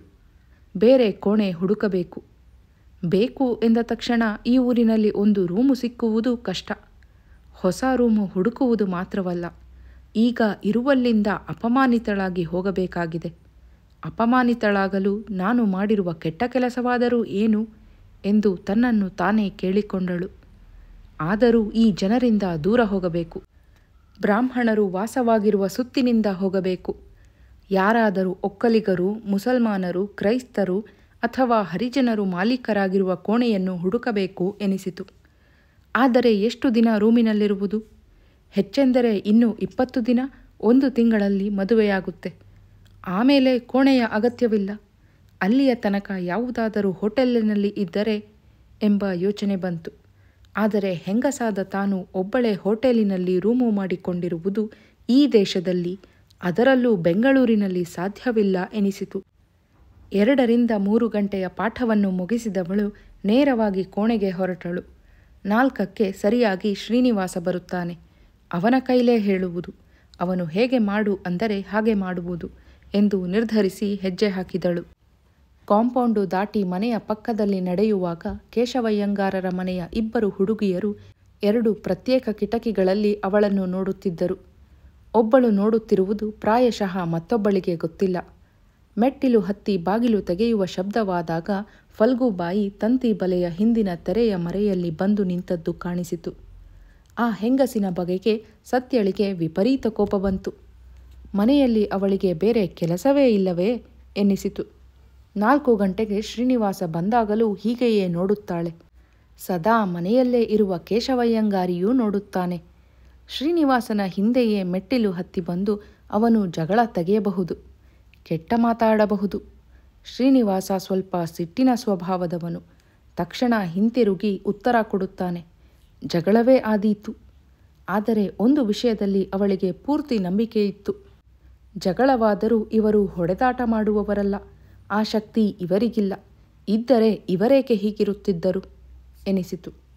4 ಗಂಟೆಗೆ ಶ್ರೀನಿವಾಸ ಬರಲಿಲ್ಲ. 4:15 ಬರಲಿಲ್ಲ. 4:15, 4:40, 45 ಬರಲಿಲ್ಲ. ಅವನ ತಂದೆ ಏನಾದರೂ ಕೆಲಸ ಹೇಳಿದಾರೇನೋ ಅಥವಾ ಸರಿಯಾದ ಟೈಮ್ ಮರೆತು ನಿದ್ದೆ ಮಾಡ್ತಾ ಮಲಗಿದಾನೋ. ಆದರೆ ತನ್ನನ್ನು ನೋಡಲು ಬರುವುದನ್ನು ಅವನು ಮರೆಯುವುದು ಹೇಗೆ, ಮರೆತು ನಿದ್ದೆ ಮಾಡುವುದು ಹೇಗೆ ಎಂದು ಸಮಾಧಾನ ತಂದುಕೊಂಡಳು. ಈ ಸಮಾಧಾನದಿಂದ ಹೆಮ್ಮೆಯೂ ಎನಿಸಿತು. ಮತ್ತೆ ಅರ್ಧ ಗಂಟೆ ಕಳೆಯಿತು. ಈ ರೂಮು ಬಿಡಬೇಕು, ಬೇರೆಯದು ಹುಡುಕಬೇಕು. ಇನ್ನು ಎಷ್ಟು ದಿನಕ್ಕೆ ಬೇಕು ಬೇರೆ ರೂಮು ಎಂಬ ಹಳೆಯ ಪ್ರಶ್ನೆ ಮತ್ತೆ ಹುಟ್ಟಿತು. ಶ್ರೀನಿವಾಸ ಬೇಗ ಬರಬಾರದೆ? 5:15 ಕಳೆಯಿತು. ಇನ್ನೆಷ್ಟು ದಿನಕ್ಕೆ ಎಂಬುದು ನಿಶ್ಚಯವಾದರೆ ಏನಾದರೂ ಏರ್ಪಾಡು ಮಾಡಬಹುದು. ಇವನು ಯಾಕೆ ಬರಲಿಲ್ಲ ಇನ್ನೂ? ಅಷ್ಟರಲ್ಲಿ ಪಕ್ಕದ ಮನೆಯ ಪದ್ಮನಾಭಾಚಾರ್ಯರು ಬಂದ ಶಬ್ದವಾಯಿತು. ಅವರ ಮನೆಯ ಬಾಗಿಲು ತಟ್ಟಿದ ಶಬ್ದ ಕೇಳಿಸಿತು. ಬಾಗಿಲು ತೆಗೆದ ಕಿರ್ರೆಂಬ ಸದ್ದು. ಒಳಗೆ ಹೋದ ತಕ್ಷಣ ಆತ ಹೆಂಡತಿಯನ್ನು ಪಿಸುಮಾತಿನಲ್ಲಿ ಕೇಳುತ್ತಾರೆ. ನಾನು ಇಷ್ಟು ಹೊತ್ತಿಗೆ ರೂಮಿನಿಂದ ಹೋದೆ, ಇಷ್ಟು ಹೊತ್ತಿಗೆ ಹಿಂತಿರುಗಿದೆ ಎಂದು ಆ ಗೃಹಿಣಿ ವರದಿ ಒಪ್ಪಿಸುತ್ತಾಳೆ. ಗಂಡ ಹೆಂಡಿರಿಬ್ಬರಿಗೂ ಮದುವೆಯಾದ ಹೊಸತರಲ್ಲಿಯೂ ಪರಸ್ಪರ ಇರದಿದ್ದ ಉತ್ಕಟ ಅನ್ಯೋನ್ಯ ಈ ವಿಷಯದಲ್ಲಿ ಇರುತ್ತದೆ ಎಂದುಕೊಂಡು ತನ್ನಲ್ಲಿಯೇ ನಕ್ಕಳು. ತಕ್ಷಣ ಸಿಟ್ಟೂ ಬಂತು. ಬೆಳಗ್ಗೆ ಆತ ಹಾಗೆ ಹೇಳುತ್ತಿದ್ದರೆ ನಾನೇಕೆ ಸುಮ್ಮನಿದ್ದೆ? ದಬಾಯಿಸಿ ಬಿಡಬೇಕಾಗಿತ್ತು ಎಂದುಕೊಂಡಳು. 2 ನಿಮಿಷದಲ್ಲಿ ಒಂದು ಯೋಚನೆ ಬಂತು. ಎದ್ದು ಬಾಗಿಲು ತೆರೆದು ಹೊರಗೆ ಬಂದಳು. ಆ ಶಬ್ದಕ್ಕೆ ಫಲ್ಗುಬಾಯಿಯೂ ತನ್ನ ಮನೆಯ ಒಳಗಿನ ತೆರೆಯ ಹಿಂದೆ ಬಂದು ನಿಂತದ್ದು ಇವಳಿಗೆ ಗೊತ್ತಾಯಿತು. ಮೆಟ್ಟಿಲಿನ ಹತ್ತಿರ ಹೋಗಿ ಎಡಭಾಗಕ್ಕೆ ಬಾಗಿ ಮಿಸ್ಟರ್ ಅಯ್ಯಂಗಾರ್ ಎಂದು ಕೂಗಿದಳು. ತುಳಸಿಯ ಹತ್ತಿರದ ನಲ್ಲಿಯ ಕಟ್ಟೆಯ ಮೇಲೆ ಎಡಗಾಲು ಇಟ್ಟುಕೊಂಡು ಕೈಲಿ ಒಂದು ಗುಲಾಬಿ ಹೂವು ಹಿಡಿದು ಸಿನಿಮಾ ಹಾಡು ಹೇಳಿಕೊಂಡು ತನ್ನಲ್ಲಿಯೇ ಅಭಿನಯಿಸಿಕೊಳ್ಳುತ್ತಿದ್ದ 28 ವರ್ಷದ ಅವಿವಾಹಿತೆ ಹಿರಿಯ ಮಗಳು ತಲೆ ಎತ್ತಿ ನೋಡಿದಳು. ನಾನು ಕರಿತಿದ್ದೀನಿ ಅಂತ ನಿಮ್ಮ ತಂದೆಗೆ ಹೇಳಿ ಎಂದು ಇಂಗ್ಲಿಷಿನಲ್ಲಿ ಹೇಳಿ ಅವಳು ತನ್ನ ರೂಮಿಗೆ ಬಂದಳು. 2 ನಿಮಿಷದಲ್ಲಿ ಕೇಶವಯ್ಯಂಗಾರರು ಮೇಲೆ ಬಂದು ರೂಮಿನ ಬಾಗಿಲ ಮುಂದೆ ನಿಂತರು. ಈಗಲೂ ಅವರು ಬೆಳಗ್ಗೆ ಇದ್ದ ವೇಷದಲ್ಲೇ ಇದ್ದರು. ಅವರನ್ನು ಒಳಗೆ ಕರೆಯದೆ ಸತ್ಯಳೆ ಹೊರಗೆ ಬಂದು ಹೇಳಿದಳು, ನಾನು ಈ ರೂಮು ಬಿಡೋಲ್ಲ. ಬಿಡಿಸಲೇಬೇಕು ಅನ್ನೋದಿದ್ರೆ ನೀವು ಕೋರ್ಟ್ಗೆ ಹೋಗಬಹುದು. ಅವರು ಅವಾಕ್ಕಾದರು. ಪ್ರತಿ ಉತ್ತರ ಹೊಳೆಯಬೇಕಾದರೆ 1 ನಿಮಿಷ ಹಿಡಿಯಿತು. ಏನು ನೀವನ್ನೋದು? ನಾನು ರೂಮು ಕಟ್ಸಿರೋದು ಎಂಬ ಅವರ ವಾಕ್ಯವನ್ನು ಅರ್ಧಕ್ಕೆ ಕತ್ತರಿಸಿದಳು. ಅವಮಾನವಾಗುವಂಥ ಮಾತು ನಿಮ್ಮ ಬಾಯಲ್ಲಿ ಬಂದರೆ ಪೊಲೀಸರಿಗೆ ಕಂಪ್ಲೇಂಟು ಕೊಡ್ತೀನಿ.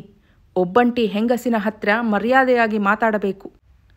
ಮರ್ಯಾದೆಯಾಗಿಯೇ ಮಾತಾಡ್ತಿದ್ದೀನಮ್ಮ ಎಂದು ಉಗುಳು ನುಂಗಿಕೊಂಡು ಅವರು ಧ್ವನಿ ಬದಲಾಯಿಸಿದರು.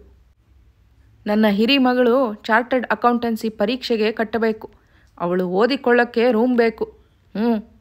ಪ್ಲೀಸ್ ವೆಕೇಟ್ ಮಾಡಿಕೊಡಿ. ನನಗೆ ಬೇರೆ ರೂಮ್ ಸಿಕ್ಕೋ ತನಕ ಬಿಡೋಲ್ಲ.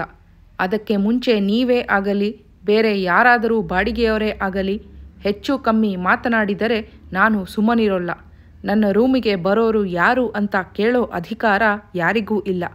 ನಾನು ಇಳಿಯುವಾಗ ಹತ್ತುವಾಗ ಯಾರೂ ಕಿಟಕಿಲಿ ಇಣಕಿ ನೋಡಕೂಡದು. ನನ್ನ ರೂಮಿಗೆ ಬರೋರು ಬೇರೆ ಯಾರೂ ಅಲ್ಲ. ಇನ್ನು 15 ದಿನದಲ್ಲೇ ನನಗೂ ಅವರಿಗೂ ಮದುವೆಯಾಗುತ್ತೆ. ಅದು ನಿಮ್ಮ ಇಷ್ಟ. ನಿಮ್ಮ ಪರ್ಸನಲ್ ವಿಷಯ ನನಗ್ಯಾಕೆ? ನಾನು ಹೇಳಿದ್ದು ನನ್ನ ರೂಮು.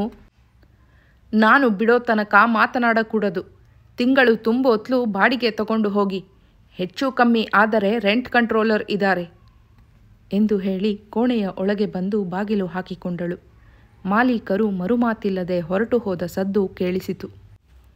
ಅವಳು ಒಂದು ಹೋಟೆಲು ಎಂದು ನಿಶ್ಚಯಿಸಿಕೊಂಡಿರಲಿಲ್ಲ. ಹೀಗೆ ಮುಂದೆ ಎಷ್ಟು ದಿನ ಊಟ ಮಾಡುವುದು ಎಂಬುದೇ ನಿಶ್ಚಯವಾಗಿಲ್ಲದಿರುವಾಗ ತಿಂಗಳ ಲೆಕ್ಕದಲ್ಲಿ ಗೊತ್ತು ಮಾಡಿಕೊಳ್ಳುವುದು ಹೇಗೆ ಎಂದು ಯೋಚಿಸಿ ಹತ್ತಿರ ಸಿಕ್ಕಿದ ಯಾವ ಹೋಟೆಲಿನಲ್ಲಾದರೂ ಊಟ ಮಾಡುತ್ತಿದ್ದಳು. ಸಂಜೆ 7:15 ಶ್ರೀನಿವಾಸ ಬರಲಿಲ್ಲ. ಯಾಕೆ ಬರಲಿಲ್ಲ ಎಂಬ ಆತಂಕ ಒಂದು ಕಡೆಯಾದರೆ, ನಾನು ಊಟಕ್ಕೆಂದು ಹೋದಾಗ ಅವನು ಬಂದು ಎಲ್ಲೆಂದು ಹುಡುಕಿಯಾನು ಎಂಬ ಯೋಚನೆ ಇನ್ನೊಂದು ಕಡೆ. ಅವನನ್ನು ನೋಡಲು ಮನಸ್ಸು ತವಕಿಸುತ್ತಿತ್ತು. ಅಲ್ಲದೆ ಮದುವೆಯ ದಿನವನ್ನು ತಂದೆಯ ಕೂಡ ಮಾತನಾಡುವುದಾಗಿ ಹೇಳಿ ಅವನು ಹೋಗಿದ್ದ. ಅವರ ಅಭಿಪ್ರಾಯದಲ್ಲಿ ಏನಾದರೂ ಬದಲಾವಣೆಯಾಗಿದೆಯೇ ಎಂಬ ಸಂಶಯ ತಲೆಹಾಕಿತು. ಇಷ್ಟಕ್ಕೂ ಅವರು ಯಾವ ಕಾರಣದಿಂದ ಹಿಂದಲೇಟು ಹಾಕಬಹುದು? ಮೇಲುಜಾತಿಯ ಹುಡುಗಿ ಎಂಬ ಭಯ ಸಂಕೋಚಗಳು ವಿದ್ಯಾವಂತೆಯಲ್ಲದ ರಂಗಮ್ಮನಿಗೆ ಇರುವುದು ಸಹಜ. ಅವೂ ಪರಿಹಾರವಾಗಿವೆ. ವಿದ್ಯಾವಂತರಾಗಿ ಗಾಂಧೀಜಿಯ ಆಶ್ರಮದಲ್ಲಿದ್ದು ಮಂತ್ರಿಗಳಾಗಿ ಇಷ್ಟೆಲ್ಲ ಪ್ರಪಂಚವನ್ನು ಬಲ್ಲ ಇವರಿಗೆ ಇಂತಹ ಅಡ್ಡಿ ಆತಂಕಗಳು ಇರುವುದಿಲ್ಲ. ಊರಿನಲ್ಲಿ ನಮ್ಮ ಅಪ್ಪನ ವಿರೋಧ ಕಟ್ಟಿಕೊಳ್ಳಬಾರದೆಂಬ ಒಂದು ಲೆಕ್ಕಾಚಾರ ಇರಬಹುದು.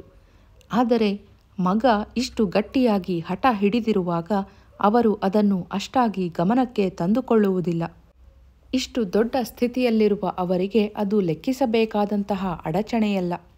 ರೂಢಿಗೆ ವಿರೋಧವಾದ ಏನು ಮಾಡಬೇಕಾದರೂ ಇಂಥದ್ದು ಬಂದೇ ಬರುತ್ತದೆಂಬ ತಿಳುವಳಿಕೆ ಗಾಂಧಿಯ ಆಶ್ರಮದಲ್ಲಿದ್ದ ಅವರಿಗೆ ಗೊತ್ತಿಲ್ಲವೇ ಎಂದು ಸಮಾಧಾನ ತಂದುಕೊಂಡಳು.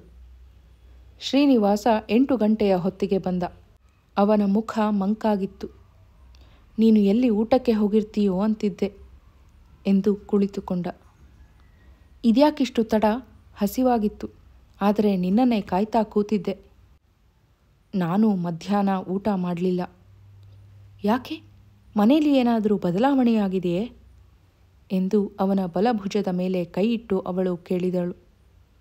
ಹೆಂಗಸರ ಬುದ್ಧಿಯೇ ಹೀಗೆ. ನಿಮ್ಮ ತಾಯಿಗೆ ಮತ್ತೆ ಹೆದರಿಕೆಯಾಗಿದೆಯೇ ಏನು? ಅವರಿಗೆ ಕನಸಿನಲ್ಲಿ ಬಂತಂತೆ, ಇವಳನ್ನು ಮಾಡ್ಕೊಂಡ್ರೆ ಮಕ್ಕಳಾಗುಲ್ಲ, ಮುಂದೆ ವಂಶ ಬೆಳೆಯೋಲ್ಲ ಅಂತ ನಮ್ಮೂರ ಶ್ರೀನಿವಾಸ ದೇವರೇ ಹೇಳ್ತಂತೆ. ಒಂದೇ ಸಮ ಪಟ್ಟು ಹಿಡಿದು ಕುಂತವ್ರೆ. ಇದು ಮೌಢ್ಯ ಅಂತ ನೀನು ಬಿಡಿಸಿ ಹೇಳಲಿಲ್ಲವೇ? ಬೆಳಗ್ಗಿನಿಂದ ಒಂದೇ ಸಮಕ್ಕೆ ಹೇಳಿದೆ. ಮಧ್ಯಾಹ್ನ ನಾನು ಊಟನೂ ಮಾಡಲಿಲ್ಲ, ಅವರೂ ಮಾಡಲಿಲ್ಲ. ಅಪ್ಪಾಜಿಗಾದರೂ ಹೇಳೋಣ ಅಂತ ಆಫೀಸಿಗೆ ಫೋನು ಮಾಡಿದೆ. ತುಂಬ ಬಿಸಿಲಿದ್ರು. ಸಾಯಂಕಾಲ ಬರ್ತೀನಿ ತಾಳು, ಮಾತಾಡೋಣ ಅಂದರು. 5 ಗಂಟೆ ತನಕ ಕಾಯ್ದೆ, ಬರಲಿಲ್ಲ. ಮತ್ತೆ ಫೋನ್ ಮಾಡಿದೆ. ಇಲ್ಲಿ ಮೀಟಿಂಗ್ನಲ್ಲಿದ್ದೀನಿ, ರಾಜಕಾರಣದ ಕೆಲಸ, ಅದಕ್ಕಿಂತ ನಿನ್ನ ಮದುವೆ ಅರ್ಜೆಂಟ್ ಆಯ್ತಾ, ಸ್ವಲ್ಪ ತಡಿ ಅಂತ ಬೇಜಾರು ತೋರಿಸಿದ್ರು. 7 ಗಂಟೆಗೆ ಮನೆಗೆ ಬಂದರು. ಅವ್ವ ಇವತ್ತು ಹೀಗೆ ಮನಸ್ಸು ಬದಲಾಯಿಸಿದ್ದಾರೆ ಅಂದೆ. ಏನಂದ್ರು? ನೋಡಪ್ಪ, ನಾನು ಏನಾದರೂ ಅಂದರೆ ಚೆನ್ನಾಗಿರೋಲ್ಲ. ಇವನು ಹಿಂದಿನ ಕಾಲದ ಮೂಢನಂಬಿಕೆ ಇಟ್ಟುಕೊಂಡೋನು ಅನ್ನಬಹುದು. ನನಗೇನು, ನೀನು ಅವಳನ್ನೇ ಮಾಡ್ಕೊಂಡ್ರೂ ಸರಿ, ಬಿಟ್ಟರೂ ಸರಿ. ಮದುವೆಯ ವಿಷಯದಲ್ಲಿ ಮಕ್ಕಳಿಗೆ ಪೂರ್ತಿ ಸ್ವಾತಂತ್ರ್ಯ ಕೊಡಬೇಕು ಅನ್ನೋ ಡೆಮಾಕ್ರಟ್ ನಾನು. ನೀನುಂಟು, ನಿಮ್ಮ ಅವ್ವ ಉಂಟು ಅಂದರು. ಅವನಿಗೆ ನೀವು ಹೇಳಿ ಅಂದೆ. ಅಲ್ವೋ, ಪ್ರೀತಿ ಮಗ ಇಷ್ಟು ಹೇಳಿದರೂ ಕೇಳದಿರೋ ಅವಳು ನಾನು ಹೇಳಿದರೆ ಕೇಳ್ತಾಳೇನೋ? ಮದುವೆ, ಮಕ್ಕಳು ಅನ್ನೋ ಶುಭ ಕೆಲಸ ಏನಿದ್ರೂ ಹೊತ್ತು ಹೆತ್ತು ಸಾಕಿ ಸಲಹಿದ ತಾಯಿಯ ಇಚ್ಛೆಗೆ ವಿರೋಧವಾಗಿ ನಡೆಸಬಾರದಪ್ಪ. ಇದು ನಮ್ಮ ಹಿಂದಿನ ಕಾಲದವರ ನೀತಿ.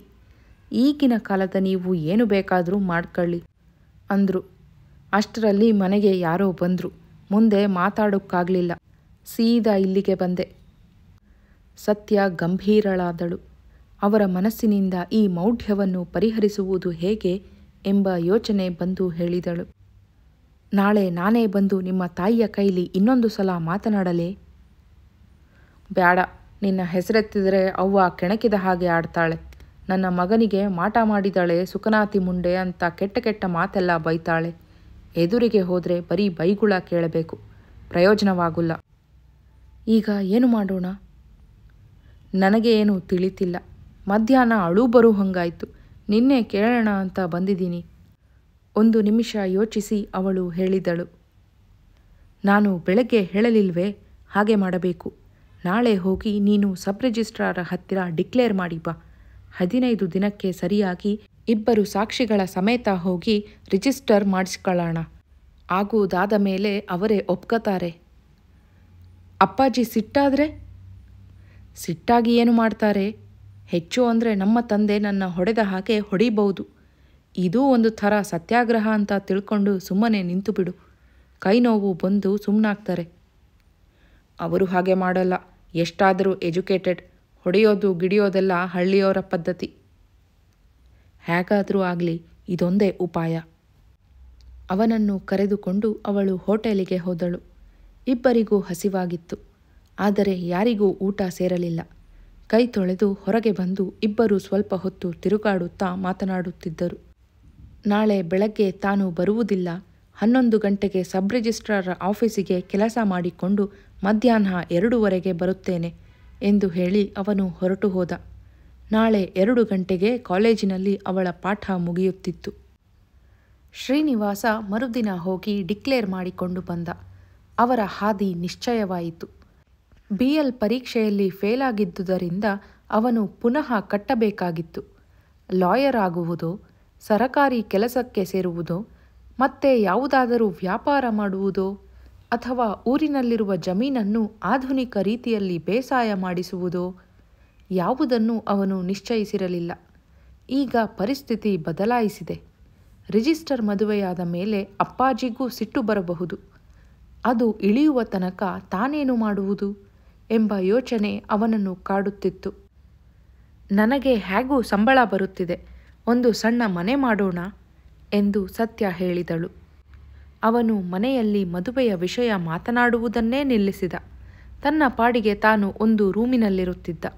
ಸಂಜೆಯ ಹೊತ್ತು ಅವಳ ರೂಮಿಗೆ ಬಂದು ಕುಳಿತು ಮಾತನಾಡುತ್ತಿದ್ದ. ಅವನ ಸ್ನೇಹಿತರು, ಸಹಪಾಠಿಗಳು ಹಲವರು ಬೆಂಗಳೂರಿನಲ್ಲಿ ಕೆಲಸದಲ್ಲಿದ್ದರು. ಅವರಲ್ಲಿ 3 ಜನರನ್ನು ಸಾಕ್ಷಿಗೆ ಕರೆದುಕೊಂಡು ಮದುವೆಯಾಗಬೇಕಾದ ದಿನ ಇಬ್ಬರು ಸಬ್ ರಿಜಿಸ್ಟ್ರಾರ ಆಫೀಸಿಗೆ ಹೋದರು. ವಿಶೇಷ ವೇಷಭೂಷಣಗಳೇನೂ ಇಲ್ಲ. ಇಬ್ಬರು ತಮ್ಮ ನಿತ್ಯದ ಉಡುಗೆ ತೊಡುಗೆಯಲ್ಲಿದ್ದರು. ಆಫೀಸಿನ ಮುಖ್ಯ ಗುಮಾಸ್ತೆ ಹೇಳಿದ, ಇವತ್ತು ಸಾಹೇಬರು ರಜದ ಮೇಲಿದ್ದಾರೆ, ರಿಜಿಸ್ಟರ್ ಆಗೋಲ್ಲ ಸರ್. ಅವರಲ್ಲದಿದ್ದರೆ ಅವರ ಡೆಪ್ಯೂಟಿ ಯಾರಾದರೂ ಇರಬೇಕು, ಹೇಗೆ ಆಗೋಲ್ಲ? ಶ್ರೀನಿವಾಸ ಕೇಳಿದ. ನಾನೇನು ಮಾಡೋಣ ಸರ್, ನಮ್ಮನ್ನು ತಪ್ಪಿಗೆ ಸಿಕ್ಕಿಸಬೇಡಿ. ಉಳಿದ ರಿಜಿಸ್ಟರಿಗಳನ್ನು ಹೇಗೆ ಮಾಡ್ತಿದ್ದೀರಾ? ಅದಕ್ಕೆ ಸಾಹೇಬರು ಬೇಡವೇ? ಉತ್ತರ ತೋಚದೆ ಮುಖ್ಯ ಗುಮಾಸ್ತೆ ತಬ್ಬಿಬ್ಬಾದ. ಕೊನೆಗೆ ಏನೋ ನಿರ್ಧರಿಸಿದಂತೆ, ನಿಮ್ಮಲ್ಲಿ ಶ್ರೀನಿವಾಸ ಅನ್ನೋರು ಯಾರು ಎಂದು ಕೇಳಿದ. ಅನಂತರ ಅವನ ಭುಜದ ಮೇಲೆ ಕೈ ಇಟ್ಟು ಒಳಗಿನ ಒಂದು ಕೋಣೆಗೆ ಕರೆದುಕೊಂಡು ಹೋಗಿ ಪಿಸುಮಾತಿನಲ್ಲಿ ಹೇಳಿದ, ಸರ್, ನಾವು ಬಡ ನೌಕರರು, ದಯವಿಟ್ಟು ಮಿಸ್ಟೇಕ್ ಮಾಡ್ಕೋಬಾರ್ದು. ಅದೇನು ಹೇಳಿ? ನಾವು ಮದುವೆ ಮಾಡಿಸೋಕ್ಕೆ ಆಗೋಲ್ಲ, ಆಕ್ಷೇಪ ಬಂದಿದೆ. ಯಾರಿಂದ? ಆಕ್ಷೇಪದ ಕಾಗದ ತೋರಿಸಿ. ಕಾಗದ ಮೇಲಲ್ಲ, ನಾನು ಬಿಡಿಸಿಯೇ ಹೇಳಿಬಿಡ್ತೀನಿ. ನೀವು ಮಂತ್ರಿಗಳ ಮಗ ಅಂತ ನಮಗೆ ಗೊತ್ತಿರಲಿಲ್ಲ. ಆದರೆ ನಿಮ್ಮ ಫಾದರ್ರೇ ಅವರ PA ಕೈಯಲ್ಲಿ ಹೇಳಿ ಕಳಿಸಿ ಇದನ್ನು ಮಾಡಕೂಡದು ಅಂತ ಡೈರೆಕ್ಟ್ ಮಾಡಿದ್ದಾರೆ. ಅವರಿಗೆ ಯಾರು ತಿಳಿಸಿದವರು? ಅವರ PA ಬಂದು ಹೀಗೇನಾದರೂ ಡಿಕ್ಲೇರ್ ಮಾಡಿದಾರಾ ಅಂತ ಆಫೀಸಿನಲ್ಲಿ ವಿಚಾರಿಸಿದ. ನಮಗೇನು ಗೊತ್ತು? ನೋಟಿಸ್ ಬೋರ್ಡಿನಲ್ಲಿ ಹಾಕಿದ್ದ ಹಾಳೆಯನ್ನೆಲ್ಲ ತೋರಿಸಿದೆವು. ಶ್ರೀನಿವಾಸ ಕೋಪದಿಂದ ಉರಿದುಬಿಟ್ಟ. ತನ್ನ ಅಪ್ಪ ಈ ರೀತಿ ಮಾಡುತ್ತಾರೆಂದು ಅವನು ನಿರೀಕ್ಷಿಸಿರಲಿಲ್ಲ. ಗುಮಾಸ್ತೆಯನ್ನು ಕೇಳಿದ, ನಿಮಗೆ ಯಾವ ರಿಟರ್ನ್ ಅಬ್ಜೆಕ್ಷನ್ನೂ ಬಂದಿಲ್ಲ, ರಿಜಿಸ್ಟರ್ ಮಾಡಿಸಿಬಿಟ್ರೆ ಏನಾಗುತ್ತೆ? ನಾವು ನೌಕರರು ಸಾರ್, ನಮಗೆ ತೊಂದರೆಯಾಗುತ್ತೆ. ಇವತ್ತು ಮಾಡಿಸಲೇಬೇಕು ಅಂತ ನಾನು ಡಿಮಾಂಡ್ ಮಾಡ್ತೀನಿ. ಕಾನೂನು ಪ್ರಕಾರ ನೀವು ಡಿಮಾಂಡ್ ಮಾಡಬಹುದು. ಅದಕ್ಕೆ ನಮ್ಮ ಸಾಹೇಬರು 4 ದಿನ ರಜದ ಮೇಲಿದ್ದಾರೆ. ಮೇಲಧಿಕಾರಿ ಇಲ್ಲದಿದ್ದರೆ ಸದರಿ ಪಾರ್ಟಿಯು 4 ದಿನದ ನಂತರ ಬರತಕ್ಕದ್ದು ಅಂತ ಬೇಕಾದರೆ ನಿಮಗೆ ಬರೆದುಕೊಡೋ ಅಧಿಕಾರ ನನಗಿದೆ. ಶ್ರೀನಿವಾಸ ಕೋಪದಿಂದ ಬುಸುಗುಡುತ್ತಿದ್ದ. ಆದರೆ ಗುಮಾಸ್ತೆಯ ಮೇಲೆ ರೇಗಬಾರದೆಂಬ ಪ್ರಜ್ಞೆ ಇತ್ತು. ಹೊರಗೆ ಬಂದು ಸತ್ಯಳಿಗೂ ಉಳಿದವರಿಗೂ ವಿಷಯ ಹೇಳಿದ. ಸತ್ಯ ಸ್ತಂಭೀಭೂತಳಾದಳು. ಮದುವೆಗೆ ವಿರೋಧ ಬರೀ ಯಜಮಾಂತಿಯದಲ್ಲ, ಅಥವಾ ಯಜಮಾಂತಿಯದು ಅಲ್ಲವೇ ಅಲ್ಲ, ಯಜಮಾನರದೇ ಎಂಬುದು ಅವಳಿಗೆ ತಕ್ಷಣ ಅರ್ಥವಾಯಿತು. ನನ್ನ ಮದುವೆಯಲ್ಲಿ ಕೈ ಹಾಕೋಕೆ ಅವನಿಗೇನೋ ಅಧಿಕಾರ? ರಾಸ್ಕಲ್ ತಂದು ಹೋಗಿ ಮಾಡ್ತೀನಿ ಎಂದು ಶ್ರೀನಿವಾಸ ಅಲ್ಲಿಂದ ಹೊರಟ. ಅವನನ್ನು ತಡೆದು ಅವಳು ಹೇಳಿದಳು, ಹೀಗೆ ರೇಗಬಾರದು. ಗುಮಾಸ್ತರು ಏನು ಬರೆದುಕೊಡ್ತಾರೋ ಬರೆಸ್ಕೊಳ್ಳಿ. 4 ದಿನವಲ್ಲ, ಇನ್ನೂ 6 ದಿನ ಕಳೀಲಿ. ನಾವಿಬ್ಬರೂ ವಯಸ್ಕರಾಗಿರೋದ್ರಿಂದ ಈ ಮದುವೆ ತಡೆಯೋಕೆ ರಾಷ್ಟ್ರಾಧ್ಯಕ್ಷರಿಗೂ ಅಧಿಕಾರವಿಲ್ಲ. ಸಬ್ ರಿಜಿಸ್ಟ್ರಾರ್ ಬಂದ ಮೇಲೆ ನೀವು ಇದನ್ನು ರಿಜಿಸ್ಟರ್ ಮಾಡದೇ ಇದ್ದರೆ ನಾವು ಕೋರ್ಟಿಗೆ ಹೋಗಿ ನಿಮ್ಮ ಮೇಲೆ ನೋಟಿಸ್ ಕೊಡಿಸ್ತೀವಿ ಅನ್ನೋಣ. ಅದು ಹಾಗಾಗೋಲ್ಲ ಕಣ್ರಿ. ಸಾಕ್ಷಿಯಾಗಿ ಬಂದಿದ್ದ ಶ್ರೀನಿವಾಸನ ಸ್ನೇಹಿತರ ಪೈಕಿ ರಾಜೇಗೌಡ ಎಂಬಾತ ಹೇಳಿದ, ನಾನು ಸರ್ಕಾರಿ ನೌಕರಿಲಿದ್ದೀನಿ, ಕೋರ್ಟು ಗೀರ್ಟು ನಡೆಯೋಲ್ಲ. ನಾನು ಹೇಳಿದ ಹಾಗೆ ಮಾಡಿ. ಇವತ್ತು ಸುಮ್ಮನಿದ್ದು ಬಿಡಿ. ಗುಟ್ಟಿನಲ್ಲಿ ಒಂದು 4 ಜನ ಸ್ನೇಹಿತರನ್ನು ಕರ್ಕೊಂಡು ನಂದಿಗೋ ಬನಶಂಕರಿಗೋ ಹೋಗಿ ಹಾರ ಹಾಕಿದ ಶಾಸ್ತ್ರ ಮಾಡ್ಕೊಂಬಿಡಿ. ಬೆಳಗ್ಗೆ ಪೇಪರಿನಲ್ಲಿ TM ಶ್ರೀನಿವಾಸ ಮತ್ತು TV ಸತ್ಯಭಾಮ ಇವರ ವಿವಾಹವು ಇಂಥ ಕಡೆ ನೆರವೇರಿತು ಅಂತ ಹಾಕಿಸ್ಬಿಡಿ, ಸರಿಯಾಗುತ್ತೆ. ಇದು ಸಾಧುವೆಂದು ಸತ್ಯಳಿಗೆ ಕಾಣಿಸಿತು. ಆದರೆ ಶ್ರೀನಿವಾಸ ಕೇಳಲಿಲ್ಲ. ಇವರಿಗೆ ನಾನು ಸೋಲಬೇಕೇನು? ತಾನು ಮಂತ್ರಿ ಅಂತ ನಮ್ಮಪ್ಪ ತಂತ್ರ ಮಾಡೋಕ್ಕೆ ಹೊರಟವನೆ. ಗುಳ್ಳೆನರಿ ಕೆಲಸ ಇದು. ನಾನು ಪಾಳೆಗಾರರ ವಂಶದವನು. ರಾಜ್ಯ ಆಳಿದ ರಕ್ತ ನಂಗೂ ಇದೆ. ಹೆದರೋದಿಲ್ಲ. ಮನೆಗೆ ಹೋಗಿ ತರಾಟೆಗೆ ತಗತೀನಿ. ಇಲ್ಲ, ಈ ಆಫೀಸಿನಲ್ಲೇ ಆಗಬೇಕು, ಇಲ್ಲ ಅವರೇ ಒಪ್ಪಿ ಮಾಡಬೇಕು ಎಂದು ಅಲ್ಲಿಂದ ಹೊರಟ. ಅವನ ತೋಳು ಹಿಡಿದು ಸತ್ಯ ಎಂದಳು. ರೇಗಬಾರದು, ನೀವು ಹೋಗಿ ಅವರ ಕೈಲಿ ಜಗಳ ಕಾಯಬೇಡಿ, ಸುಮ್ಮನೆ ಇದ್ದು ರಾಜೇಗೌಡರು ಹೇಳಿದ ಹಾಗೆ ಮಾಡಿ. ಅವರಿಗೆ ಹೆದರೋ ಗಂಡು ಮಗ ಅಲ್ಲ ನಾನು, ರಾಜಾರೋಷೆ ಮದುವೆ ಆಗ್ತೀನಿ, ಕದ್ದಲ್ಲ. ನೀನು ರೂಮಿಗೆ ನಡಿ, ನಾ ಬತ್ತೀನಿ ಎಂದು ಕೊಸರಿಕೊಂಡು ಹೊರಟೇ ಬಿಟ್ಟ. ಅವಳು ತಡೆದರೆ ನಿಲ್ಲಲಿಲ್ಲ. ಆಫೀಸು ಕಾಂಪೌಂಡಿನ ಹೊರಗೆ ಆಟೋ ರಿಕ್ಷಾಗಳು ನಿಂತಿದ್ದುವು. ಅವುಗಳಲ್ಲಿ ಒಂದನ್ನು ಹತ್ತಿ ಕುಳಿತು ಅವಳಿಗೆ, ನೀನು ಕಾಲೇಜಿಗೆ ಹೋಗಿ ಅಲ್ಲಿಂದ ರೂಮಿನಲ್ಲಿರು ಎಂದು, ನಿಮಗೆ ಫೋನ್ ಮಾಡ್ತೀನಿ ಎಂದು ಸ್ನೇಹಿತರಿಗೆ ಹೇಳಿ ರಿಕ್ಷಾವನ್ನು ನಡೆಸುವಂತೆ ಚಾಲಕನಿಗೆ ಹೇಳಿದ. ಮನೆ ತಲುಪುವ ಹೊತ್ತಿಗೆ ಶ್ರೀನಿವಾಸನ ಕೋಪ ಸಿಡಿಯುವಷ್ಟಾಗಿತ್ತು. ಅಪ್ಪ ಮನೆಯಲ್ಲಿರಲಿಲ್ಲ, ಆಫೀಸಿಗೆ ಹೋಗಿದ್ದರು. ತಾಯಿ ಒಂದು ರೂಮಿನಲ್ಲಿ ಕೂತಿದ್ದರು. ಕಳೆದ 15 ದಿನದಿಂದ ಅವನು ತಾಯಿಯ ಸಂಗಡ ಮಾತಾಡುತ್ತಿರಲಿಲ್ಲ. ಅಪ್ಪನ ಕೈಲಿ ಪ್ರಕೃತಕ್ಕೆ ಅಗತ್ಯವಾದಷ್ಟು ಆಡುತ್ತಿದ್ದ. ಈಗ ತಾನೇ ತಾಯಿಯ ಕೋಣೆಗೆ ಹೋಗಿ ಹೇಳಿದ, ಇವನು ಇಂಥ ಹಲ್ಕಾ ಕೆಲಸ ಮಾಡಬಹುದಾ? ಏನಪ್ಪ ಅದು? ತಾನು ಮಂತ್ರಿಯಾಗಿದ್ದೀನಿ ಅಂತ ಸರ್ಕಾರಿ ಆಫೀಸರಿಗೆಲ್ಲ ಹಿಂಗೆ ಮಾಡಿ ಹಿಂಗೆ ಮಾಡಬೇಡಿ ಅಂತ ಹೇಳಬಹುದಾ? ಆಕೆಗೆ ಇದರ ಹಿನ್ನೆಲೆ ತಿಳಿದಿರಲಿಲ್ಲ. ಮಂತ್ರಿಗಳಾಗಿರೋದು ಯಾಕೆ? ಆಫೀಸರಿಗೆ ಹಿಂಗೆ ಮಾಡಿ ಅಂತ ಹೇಳಿ ರಾಜ್ಯ ಆಳಾಕೆ ಅಲ್ವಾ? ತನಗೆ ಸಂಬಂಧವಿಲ್ಲದವರ ಹತ್ರ ಏನು ಹೇಳೋದು? ಅದೇನಾಯ್ತು ಹೇಳೋ ಮಲ್ಲೇಶ, ಹಿಂಗ್ಯಾಕಾಡ್ತಿ? ನಾನು ಅವನ ಎದುರಿಗೆ ಹೇಳ್ತೀನಿ, ಈಗಲೇ ಮನೆಗೆ ಕರೆಸು. ನೀನೇ ಟೆಲಿಫೋನ್ ಮಾಡು. ನಾನು ಮಾಡೋಲ್ಲ ಆ ರ್ಯಾಸ್ಕಲ್ಗೆ. ಅವನ ಕಣ್ಣು ಕೆಂಪಗೆ ಉರಿಯುತ್ತಿತ್ತು. ಅಪ್ಪನನ್ನು ಅವನು ಎಂದೂ ಇಂತಹ ಮಾತಿನಿಂದ ಅಂದಿರಲಿಲ್ಲ. ಇರುವ ಒಬ್ಬನೇ ಮಗ ಹೀಗೆ ಆಡುವುದನ್ನು ಕಂಡ ಆಕೆಗೆ ಗಾಬರಿಯಾಯಿತು. ತಾನೇ ಹಾಲಿಗೆ ಬಂದು ಟೆಲಿಫೋನ್ ನಂಬರ್ ತಿರುಗಿಸಿ, ಮಲ್ಲೇಶ ಹ್ಯಾಂಗೋ ಆಡ್ತಾನೆ, ಬ್ಯಾಗ ಬಲ್ಲಿ, ನಂಗೆ ಹೆದರಿಕೆ ಆಯ್ತದೆ ಎಂದರು. 10 ನಿಮಿಷದಲ್ಲಿ ಬರುವುದಾಗಿ ಉತ್ತರ ಬಂತು. ಯಜಮಾನರು ಮನೆಗೆ ಬರುವ ತನಕ ಶ್ರೀನಿವಾಸ ತಾಯಿಯ ಕೈಲಿ ಏನೂ ಮಾತನಾಡದೆ ಸೋಫಾದ ಮೇಲೆ ಒರಗಿ ಕೂತಿದ್ದ. ಹೊರಗೆ ಕಾರು ನಿಂತ ಶಬ್ದವಾಗಿ ಅದರ ಬಾಗಿಲು ತೆಗೆದು ಅನಂತರ ಅವರು ಮನೆಯ ಬಾಗಿಲನ್ನು ಪ್ರವೇಶಿಸಿದ ತಕ್ಷಣ ಎದ್ದು ನಿಂತು ಕೇಳಿದ, ಈ ಗುಳ್ಳೆ ಕಂಕನ ವಿದ್ಯೆ ಎಷ್ಟು ದಿನದಿಂದ ಕಲ್ತಿದ್ದೆ ನೀನು? ಮಗನ ಈ ಬಗೆಯ ಪ್ರತಿಕ್ರಿಯೆಯನ್ನು ಮಂತ್ರಿಗಳು ನಿರೀಕ್ಷಿಸಿರಲಿಲ್ಲ. ಅವನ ವರ್ತನೆ ಅನಿರೀಕ್ಷಿತವಾಗಿದ್ದರೂ ಅವರು ಸಿಟ್ಟು ಮಾಡಿಕೊಳ್ಳಲಿಲ್ಲ. ಸಿಟ್ಟಾದವ್ರು ತ್ಯಾವ ಸಿಟ್ಟು ಮಾಡ್ಕೋಬೇಡ ಅಂತ ಮಹಾತ್ಮ ಗಾಂಧಿಯವರು ಹೇಳ್ತಾನೇ ಇದ್ರು. ಇಲ್ಲಿ ಬೇಡ ಮಾತು, ಆ ರೂಮಿಗೆ ಬಾ ಎಂದು ತಮ್ಮ ಮಲಗುವ ಕೋಣೆಗೆ ನಡೆದರು.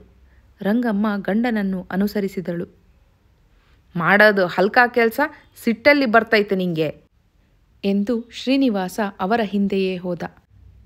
ನಾನು ಮಾಡ್ಕತ್ತೀನಿ ಅಂದರೆ ನೀನೇನು ಕಡಿತೀಯ? ನನಗೆ ನಿನ್ನ ಆಸ್ತಿ ಏನೂ ಬೇಡ. ಯಾವುದಾದ್ರೂ ಬೀದೀಲಿ ಪೆಟ್ಟಿಗೆ ಅಂಗಡಿ ಮಡಿಕೊಂಡು ಜೀವನ ಮಾಡ್ತೀನಿ. ಹೆತ್ತಪ್ಪನ ಹಿಂಗಂತಾರೇನೋ ತಮ್ಮಯ್ಯ ಎಂದು ತಾಯಿ ಸಮಾಧಾನ ಹೇಳಬಂದರು. ಅವನು ಹಂಗಂತಾನೆ ಅಂತ ನೀನು ನೊಂದ್ಕೋಬೇಡ.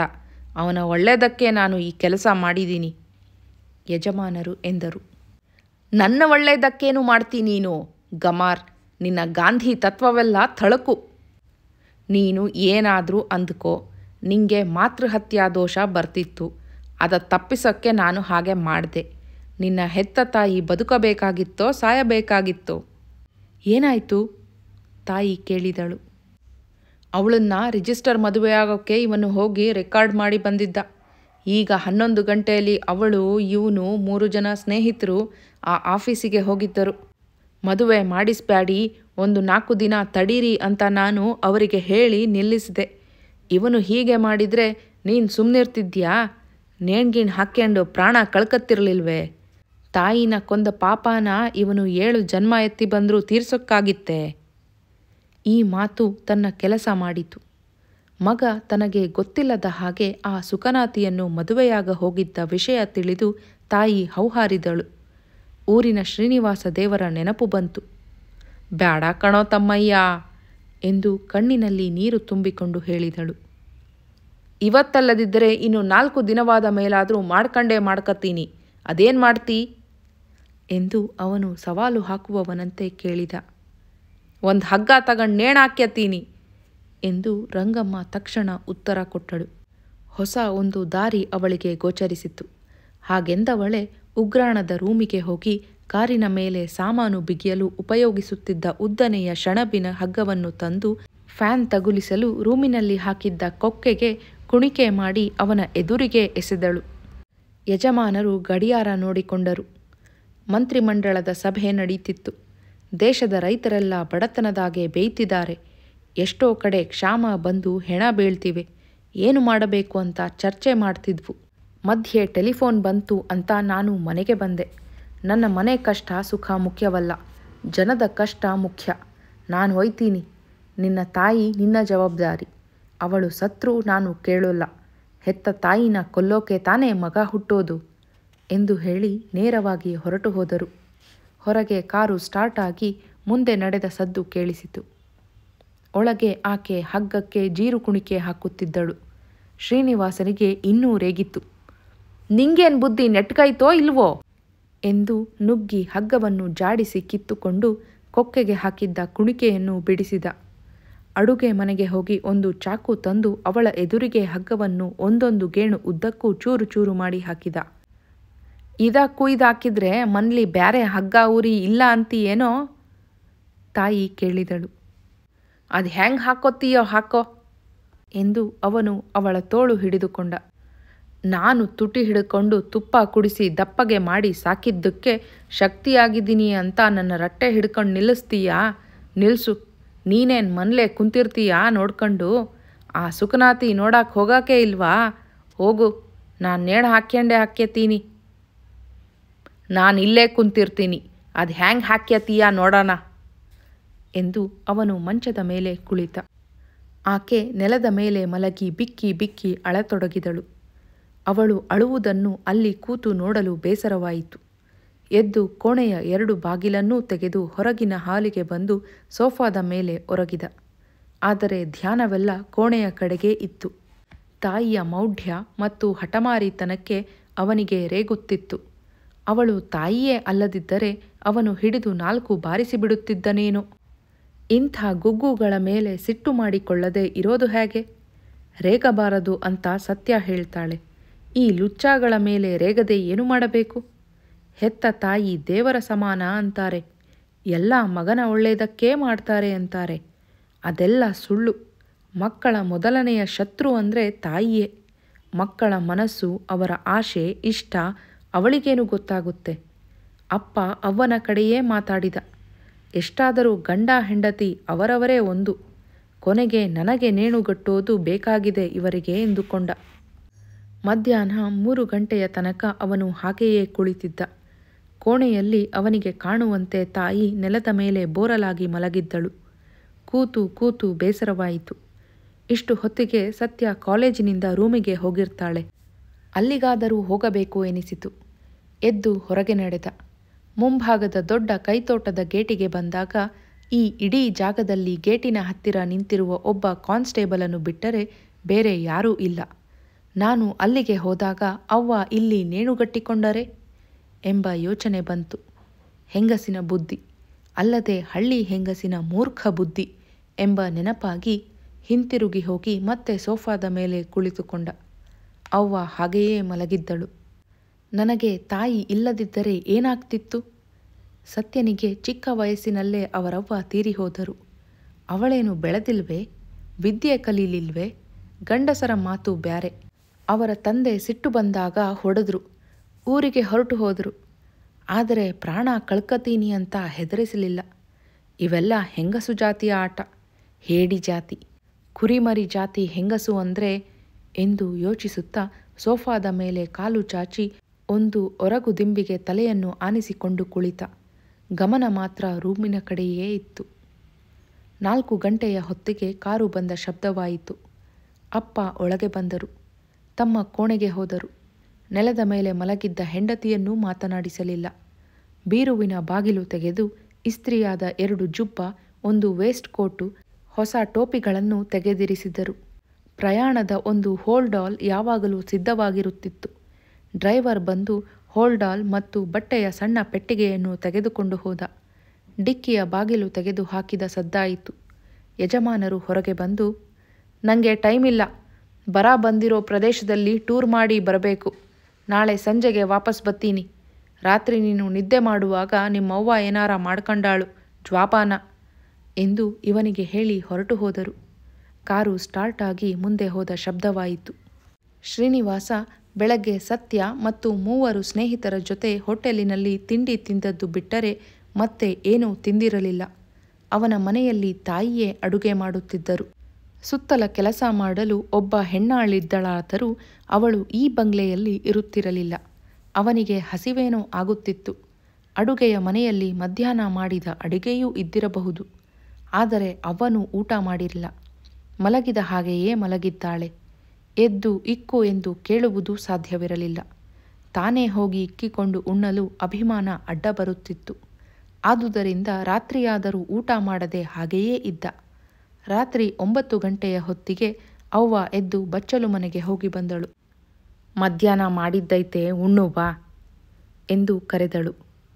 ನಂಗೆ ಬೇಡ, ನೀನೇ ಉಣ್ಣು ಎಂದು ಅವನು ಹೇಳಿದ. ಅವಳು ರೂಮಿಗೆ ಹೋಗಿ ಮಧ್ಯಾಹ್ನದಿಂದ ಮಲಗಿದ್ದ ನೆಲದ ಮೇಲೆ ಮತ್ತೆ ಉರುಟಿಕೊಂಡಳು. ಉಣ್ಣು ಬಾ ಎಂದು ಅವಳೇ ಮಾತನಾಡಿಸಿದಾಳೆ. ಇನ್ನು ನೇಣುಗೇಣು ಹಾಕ್ಕೊಳ್ಳೋದಿಲ್ಲ ಎಂಬ ಸಮಾಧಾನವಾಯಿತು.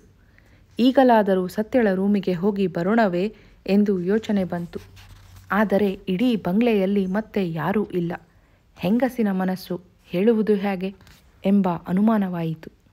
ಮನೆ ಬಿಟ್ಟು ಹೋಗಲು ಧೈರ್ಯ ಬರಲಿಲ್ಲ. ಮೇಲೆ ಏಳದೆ ಹಾಗೆಯೇ ಮಲಗಿದ. ಸ್ವಲ್ಪ ಹೊತ್ತಿನಲ್ಲಿ ಥಂಡಿ ಗಾಳಿ ಬೀಸಿತು. ಎದ್ದು ಬಂಗಲೆಯ ಮುಂಬಾಗಿಲು ಹಾಕಿಕೊಂಡ. ಹೊರಗೆ ಕೈತೋಟದಲ್ಲಿ ಕಾನ್ಸ್ಟೇಬಲ್ ಸುತ್ತು ಹಾಕುತ್ತಿದ್ದ. ಶ್ರೀನಿವಾಸ ಸೋಫಾದ ಮೇಲೆ ಒರಗಿದ. ದೀಪ ಉರಿಯುತ್ತಲೇ ಇತ್ತು. ಸ್ವಲ್ಪ ಹೊತ್ತಿನಲ್ಲಿ ನಿದ್ದೆ ಬಂತು. ನಡುವೆ 4 ಸಲ ಎಚ್ಚರವಾಯಿತು. ಕುತ್ತಿಗೆ ತಿರುಗಿಸಿ ರೂಮಿನ ಕಡೆಗೇ ನೋಡುತ್ತಿದ್ದ. ಅವ್ವ ಹಾಗೆಯೇ ಮಲಗಿದ್ದಳು. ಮಧ್ಯ ಮಧ್ಯ ತಪ್ಪಿದರೂ ಬೆಳಗಿನ ತನಕ ನಿದ್ರೆಯಾಯಿತು. ಅವನೇ ಮೊದಲು ಎದ್ದು ಬ್ರಷ್ಷಿನಲ್ಲಿ ಹಲ್ಲು ತಿಕ್ಕಿ ಮುಖ ತೊಳೆದುಕೊಂಡ. ಮತ್ತೆ ಬಂದು ಬಂಗಲೆಯ ಮುಂಬಾಗಿಲು ತೆಗೆದು ಸೋಫಾದ ಮೇಲೆ ಮಲಗಿದ. ಹಾಲಿನ ಹೆಂಗಸು ಬಂದಳು. ತರಕಾರಿಯವಳು ಬಂದಳು. ಕೆಲಸದವಳೂ ಬಂದಳು. ಅವ್ವ ಎದ್ದು ಅಡುಗೆ ಮನೆಗೆ ಹೋದಳು. ಸೋಫಾದ ಹತ್ತಿರ ಬಂದು, ನಾಷ್ಟ ಏನು ಮಾಡ್ತೀಯೋ ಎಂದು ಕೇಳಿದಳು. ಏನು ಬೇಡ ಅವನು ಹೇಳಿದ. ಅವಳು ಒಳಗೆ ಹೋದಳು. ಈಗ ಹೇಗೂ ಕೆಲಸದ ಹೆಂಗಸು ಬಂದಿದ್ದಾಳೆ. ನಾನು ಸತ್ಯಳ ರೂಮಿಗೆ ಹೋಗಿ ಬರಲೇ ಎಂಬ ಯೋಚನೆ ಬಂತು. ಆದರೆ ಕೆಲಸದವಳು ಸದಾ ಇಲ್ಲಿರೋದಿಲ್ಲ. ತನ್ನ ಕೆಲಸ ಮಾಡಿ ಹೊರಟು ಹೋಗ್ತಾಳೆ. ಮತ್ತೆ ಮಧ್ಯಾಹ್ನ ಬರ್ತಾಳೆ. ನಾನಿಲ್ಲದಿದ್ದಾಗ ಇವಳು ಏನಾದರೂ ಮಾಡಿಕೊಂಡರೆ ಎಂಬ ಅನುಮಾನ ಭಯಗಳುಂಟಾದವು. ಮೇಲೆ ಏಳದೆ ಹಾಗೆಯೇ ಮಲಗಿದ. ಮಧ್ಯಾಹ್ನ ಊಟಕ್ಕೂ ಏಳಲಿಲ್ಲ. ಸಂಜೆ 4 ಗಂಟೆಯ ಹೊತ್ತಿಗೆ ಅಪ್ಪ ಮನೆಗೆ ಬಂದರು.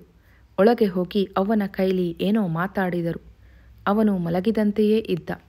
ಆಮೇಲೆ ಅವನ ಹತ್ತಿರ ಬಂದು ಹೇಳಿದರು, ನೋಡು, ನನಗೆ ಯಾವುದಾದ್ರೂ ಸರಿ. ನೀನು ಹಠ ಮಾಡೋದೇ ನ್ಯಾಯವಿರಬಹುದು. ನಿಮ್ಮವ್ವ ಬೇಡ ಅನ್ನೋದೇ ನ್ಯಾಯವಿರಬಹುದು. ನಮ್ಮೆಲ್ಲರಿಗಿಂತ ಹಿರಿಕರು ಊರಲ್ಲವ್ರೆ. ನೀನು ಅವಳು ಇಬ್ಬರು ಊರಿಗೆ ನಡೀರಿ. ಅವರು ಹೇಳಿದ ಹಾಗೆ ಕೇಳಿಬಿಡಿ. ಅವನು ಮಾತನಾಡಲಿಲ್ಲ. ಅವರು ಕೇಳಲಿಲ್ವಾ ಎಂದು ಮತ್ತೆ ಅದನ್ನೇ ಹೇಳಿದರು. ಆ ಹಳ್ಳಿ ಮುದುಕ ಏನು ಹೇಳುತ್ತೆ ನಂಗೆ ಗೊತ್ತು. ನಾ ಬರೋಲ್ಲ. ಅದು ಹಳ್ಳಿ ಮುದುಕ. ನೀನು ಹುಟ್ಟಿದ್ದು ದಿಲ್ಲಿಲಲ್ವಾ? ಹುಟ್ಟಿ ಹೈಸ್ಕೂಲ್ ತನಕ ಓದಿದ್ದು ಹಳ್ಳೀಲಿ. ಈಗೆಲ್ಲೋ 5-6 ವರ್ಷ ಮೈಸೂರಾಗಿದ್ದೆ ಅಂತ ಭಾಳ ಮುಂದುವರಿಬೇಡ. ಅಜ್ಜ ಹೇಳಿದ್ದು ಒಂದು ಮಾತು ಕೇಳು. ನೀನು ಹೇಗೂ ಸ್ವತಂತ್ರ. ಆಮ್ಯಾಲಾದರೂ ನಿಂಗೆ ತಿಳಿದಂಗೆ ಮಾಡು. ಅವರು ಹೆಂಡತಿಗೂ ಹೇಳಿದರು. ಬಲವಂತ ಮಾಡಿ ಇಬ್ಬರನ್ನು ಸ್ವಲ್ಪ ಸ್ವಲ್ಪ ಊಟ ಮಾಡುವಂತೆ ಮಾಡಿದರು. ಅವರ ಕಟ್ಟಿದ ಹೋಲ್ಡಾಲ್ ಹೇಗೂ ಇತ್ತು. ಇವರಿಗೂ ಒಂದಿಷ್ಟು ಬಟ್ಟೆ ಬರೆಗಳನ್ನು ತಾವೇ ತೆಗೆದುಕೊಂಡರು. ಬಂಗಲೆಗೆ ಬೀಗ ಹಾಕಿ ಮುಂಭಾಗದಲ್ಲಿದ್ದ ಪೊಲೀಸಿನವನಿಗೆ ಹೇಳಿದರು. ಡ್ರೈವರನ ಪಕ್ಕದಲ್ಲಿ ಶ್ರೀನಿವಾಸ ಕುಳಿತ. ಹಿಂಭಾಗದಲ್ಲಿ ಹೆಂಡತಿಯೊಡನೆ ಅವರು ಕುಳಿತರು. 8 ಗಂಟೆಯ ಹೊತ್ತಿಗೆ ಅವರು ಊರು ಮುಟ್ಟಿದರು. ಅಷ್ಟರಲ್ಲಿ ದೊಡ್ಡಗೌಡರ ಪೂಜೆ ಮುಗಿದಿತ್ತು. ತಕ್ಷಣ ಎಲ್ಲರಿಗೂ ತಣಿಗೆ ಹಾಕಿದರು. ಇವರನ್ನು ನಿರೀಕ್ಷಿಸಿದ್ದಂತೆ ನಿಂಗಮ್ಮ ಬಿಸಿ ಬಿಸಿಯಾಗಿ ಅಡಿಗೆ ಮಾಡಿದ್ದಳು. ರಂಗಮ್ಮ ಎಂದೂ ಮಾವನವರ ಎದುರು ಕೂತು ಉಂಡವಳಲ್ಲ. ಆದುದರಿಂದ ಒಳಗೆ ಕೂತಳು. ಅಪ್ಪ ಮಗ ಒಟ್ಟಿಗೆ ಕೂತರು. ದೊಡ್ಡವರ ಫಲಾಹಾರ ಎದುರು ಗೋಡೆಯ ಹತ್ತಿರ ಆಯಿತು. ಊಟವಾದ ಮೇಲೆ ದೊಡ್ಡ ಯಜಮಾನರು ತಮ್ಮ ಕೋಣೆಯ ಮಂಚದ ಮೇಲಿನ ದೊಡ್ಡ ಕೃಷ್ಣಾಜಿನ ಮೇಲೆ ಮಂಡಿಸಿದರು. ಈ ಮೂವರು ಕೆಳಗೆ ಮಂದಲಿಗೆಗಳ ಮೇಲೆ ಕುಳಿತರು. ಅಜ್ಜನೇ ಮಾತನ್ನು ಪ್ರಾರಂಭ ಮಾಡಿದರು. ಅಜ್ಜನ ಹೆಸರು ಹೇಳ್ತಾನೆ, ಹೆಸರು ಉಳಿಸ್ತಾನೆ ಅಂತ ತಾನೇ ಮೊಮ್ಮಗ್ಗೆ ಅಜ್ಜನ ಹೆಸರು ಇಡೋದು. ನಿಂಗೆ ತಿರುಮಲೇಶ ಗೌಡ ಅಂತ ಇಟ್ಟದ್ದು ಯಾಕಣ್ಣ? ತಿರುಮಲನ್ನೂ ಬಿಟ್ಟು ಗೌಡ ಅನ್ನೋದನ್ನೂ ಬಿಟ್ಟು ಶ್ರೀನಿವಾಸ ಅಂತ ಮಡ್ಕೊಂಡಿದ್ದಾನಲ್ಲ. ಮಂತ್ರಿ ಮೇಲಗಿರಿಗೌಡರು ಟಿಪ್ಪಣಿ ಮಾಡಿದರು. ಶ್ರೀನಿವಾಸ ಅಂದರೂ ಅದೇ ಹೆಸರು. ಒಟ್ನಲ್ಲಿ ಹಿರೀಕರ ಮರ್ಯಾದೆ ಉಳಿಸ್ಬೇಕು ಮಕ್ಕಳು. ಅಜ್ಜಯ್ಯ, ನೀವು ಏನಂತೀರಾ ನನಗೆ ಗೊತ್ತದೆ. ಅದುವರೆಗೂ ಮೂಕನಂತೆ ಕುಳಿತಿದ್ದ ಶ್ರೀನಿವಾಸ ಮಾತಾಡಿದ. ನಿಮ್ಮ ಮರ್ಯಾದೆ ಕಳೆಯುವಂಥದ್ದು ನಾನೇನು ಮಾಡಿಲ್ಲ. ಮಾಡಕ್ಕೆ ಹೊಂಟಿದ್ದೆ. ರಿಜಿಸ್ಟ್ರು ಮದುವೆ ಅಂದರೆ ಮನೆ ಮಠ ಇರೋರು ಮಾಡೋ ಕೆಲಸನಾ? ಸ್ವಧರ್ಮೇ ನಿಧಾನ ಶ್ರೇಯ ಅಂತ ಪರಮಾತ್ಮ ಹೇಳಿಲ್ವಾ? ನಮ್ಮ ಧರ್ಮ ಯಾವುದು? ಆ ಧರ್ಮದ ಕನ್ಯಾಮಣಿನೇ ತಂದು ಲಗ್ನವಾಗಬೇಕು. ನೀನು ಹುಟ್ಟಿರೋದು ರಾಜ್ಯ ಆಳಿದ ಮನೆಯಲ್ಲಿ, ರಾಜ್ಯ ಆಳ್ತಿರೋ ಅಪ್ಪನಿಗೆ. ಕ್ಷತ್ರಿಯ ರಕ್ತ ನಿಂದು. ಪೂಜಾರಯ್ಯನ ಮಗಳನ್ನ ಕಟ್ಕೊಳಕ್ಕೆ ಹೊಂಟಿದೀಯಲ್ಲ, ಧರ್ಮವಾಯ್ದು? ಕ್ಷತ್ರಿಯರು ಅಂತ ಎಷ್ಟು ಅಂದ್ಕೊಂಡ್ರೂ ನಾವು ಕ್ಷತ್ರಿಯರಾಗಲ್ಲ. 10-15 ವರ್ಷದಿಂದ ನಿಮ್ಮ ತಲೆಗೆ ಹೊಕ್ಕಿದೆ, ಅದು ಬಿಟ್ಬಿಡಿ, ಮೊಮ್ಮಗ ಅಂದ. ಕೇಳ್ತೇನೋ ಮಗ ಎಂದು ಮಗನಿಗೆ ಒಪ್ಪಿಸುವಂತೆ ಅಜ್ಜ ಪ್ರತಿಭಟಿಸಿದರು. ನಾನು ಹುಲಿಯಲ್ಲ, ನಾಯಿ ಮರಿ ಅಂದ್ಕೊಳ್ಳೋ ಹುಲಿ ಮರಿಗೆ ಏನು ಮಾಡ್ತೀಯ? ನೀನು ಊರು ಪಟೇಲರಾಗಿರೋದು ಸುಳ್ಳ? ಊರು ಸುತ್ತ ಜಮೀನಿರೋದು ಸುಳ್ಳ? ಬೀದೀಲಿ ಹೊಂಟ್ರೆ ಜಗಲಿ ಮ್ಯಾಲೆ ಕುಂತಿದ್ದವರೆಲ್ಲ ನೀಡಿದ್ದ ಕಾಲು ಮ್ಯಾಲಕ್ಕೆ ಮುದ್ರಿಕೊಳ್ಳೋದು ಸುಳ್ಳ? ದೇವರು ಕೊಟ್ಟಿರೋ ಘನಂದಾರಿನ ವಲ್ಲೆ ಅನ್ನೋ ಎಡವಟ್ಟನಿಗೆ ಏನು ಮಾಡಬೇಕು? ಅಜ್ಜಯ್ಯ, ಇದು ದುರಹಂಕಾರ. ಪಾಳೆಗಾರಿಕೆ, ಪಟೇಲಿಕೆ ಇವೆಲ್ಲ ಈ ಕಾಲದಲ್ಲಿ ನಡೆಯೋಲ್ಲ. ಈಗ ಎಲ್ಲ ಒಂದೇ. ಅವರವರ ಗುಣ ಯೋಗ್ಯತೆ ನೋಡಿ ಗೌರವ ಕೊಡಬೇಕು. ಜಾತಿ ಪಾತಿ ಎಲ್ಲ ಸುಳ್ಳು. ಅಜ್ಜನಿಗೆ ರೇಗಿತು. ಹಾಗಾದರೆ ನೀನು ಒಕ್ಕಲಿಗನಿಗೆ ಹುಟ್ಟಿದ್ದು ಸುಳ್ಳೇನೋ? ಒಕ್ಕಲಿಗ ಅವ್ವ ಹೆತ್ತದ್ದು ಸುಳ್ಳ? ದೊಡ್ಡಗೌಡರು ತಮ್ಮ ಪಕ್ಷದ ವಾದವನ್ನು ದುರ್ಬಲಗೊಳಿಸುತ್ತಿದ್ದಾರೆಂದು ಮಂತ್ರಿಗಳಿಗೆ ಅರ್ಥವಾಯಿತು. ಅವರು ಬಾಯಿ ಹಾಕಿದರು. ಎಷ್ಟೇ ಬದಲಾಯಿಸಿದರೂ ನಮ್ಮ ಪರಂಪರೆ ಬಿಡಕ್ಕಾಗೋಲ್ಲ. ತಾಯಿ ಬೇರು ಕಿತ್ತಾಕಿದ ಗಿಡ ಒಣಗಿ ಹೋಗ್ತದೆ. ಅದೇ ಮಾತಾ ಯಜಮಾನರು ಬೇರೆ ಥರ ಹೇಳ್ತಿದ್ದಾರೆ. ಮಹಾತ್ಮರು ಅಹಿಂಸೆ ಅಂತ ಏನು ಹೇಳ್ತಿದ್ರು ಅದು ಮುಖ್ಯ. ತಡಿ ಹೇಳ್ತೀನಿ. ಆಮೇಲೆ ಕೋಣೆಯಿಂದ ಹೊರಗೆ ಬಂದು, ಲೇ ಅದ್ಯಾರ್ಲೇ ಅಲ್ಲಿ ಎಂದು ಕೂಗಿದರು. ಒಬ್ಬ ಆಳು ಮಗ ಹತ್ತಿರ ಬಂದ. ಪೂಜೆ ಮನೆ ವೆಂಕಟೇಶಯ್ಯಂಗಾರನ್ ಕರ್ಕಬ್ಬ, ಓಡೆಯಲೇ ಹೋಗು ಎಂದು ಅವನನ್ನು ಕಳಿಸಿದರು. ವೆಂಕಟೇಶ ಬರುವ ತನಕ ಅವರು ಮಾತನಾಡಲಿಲ್ಲ.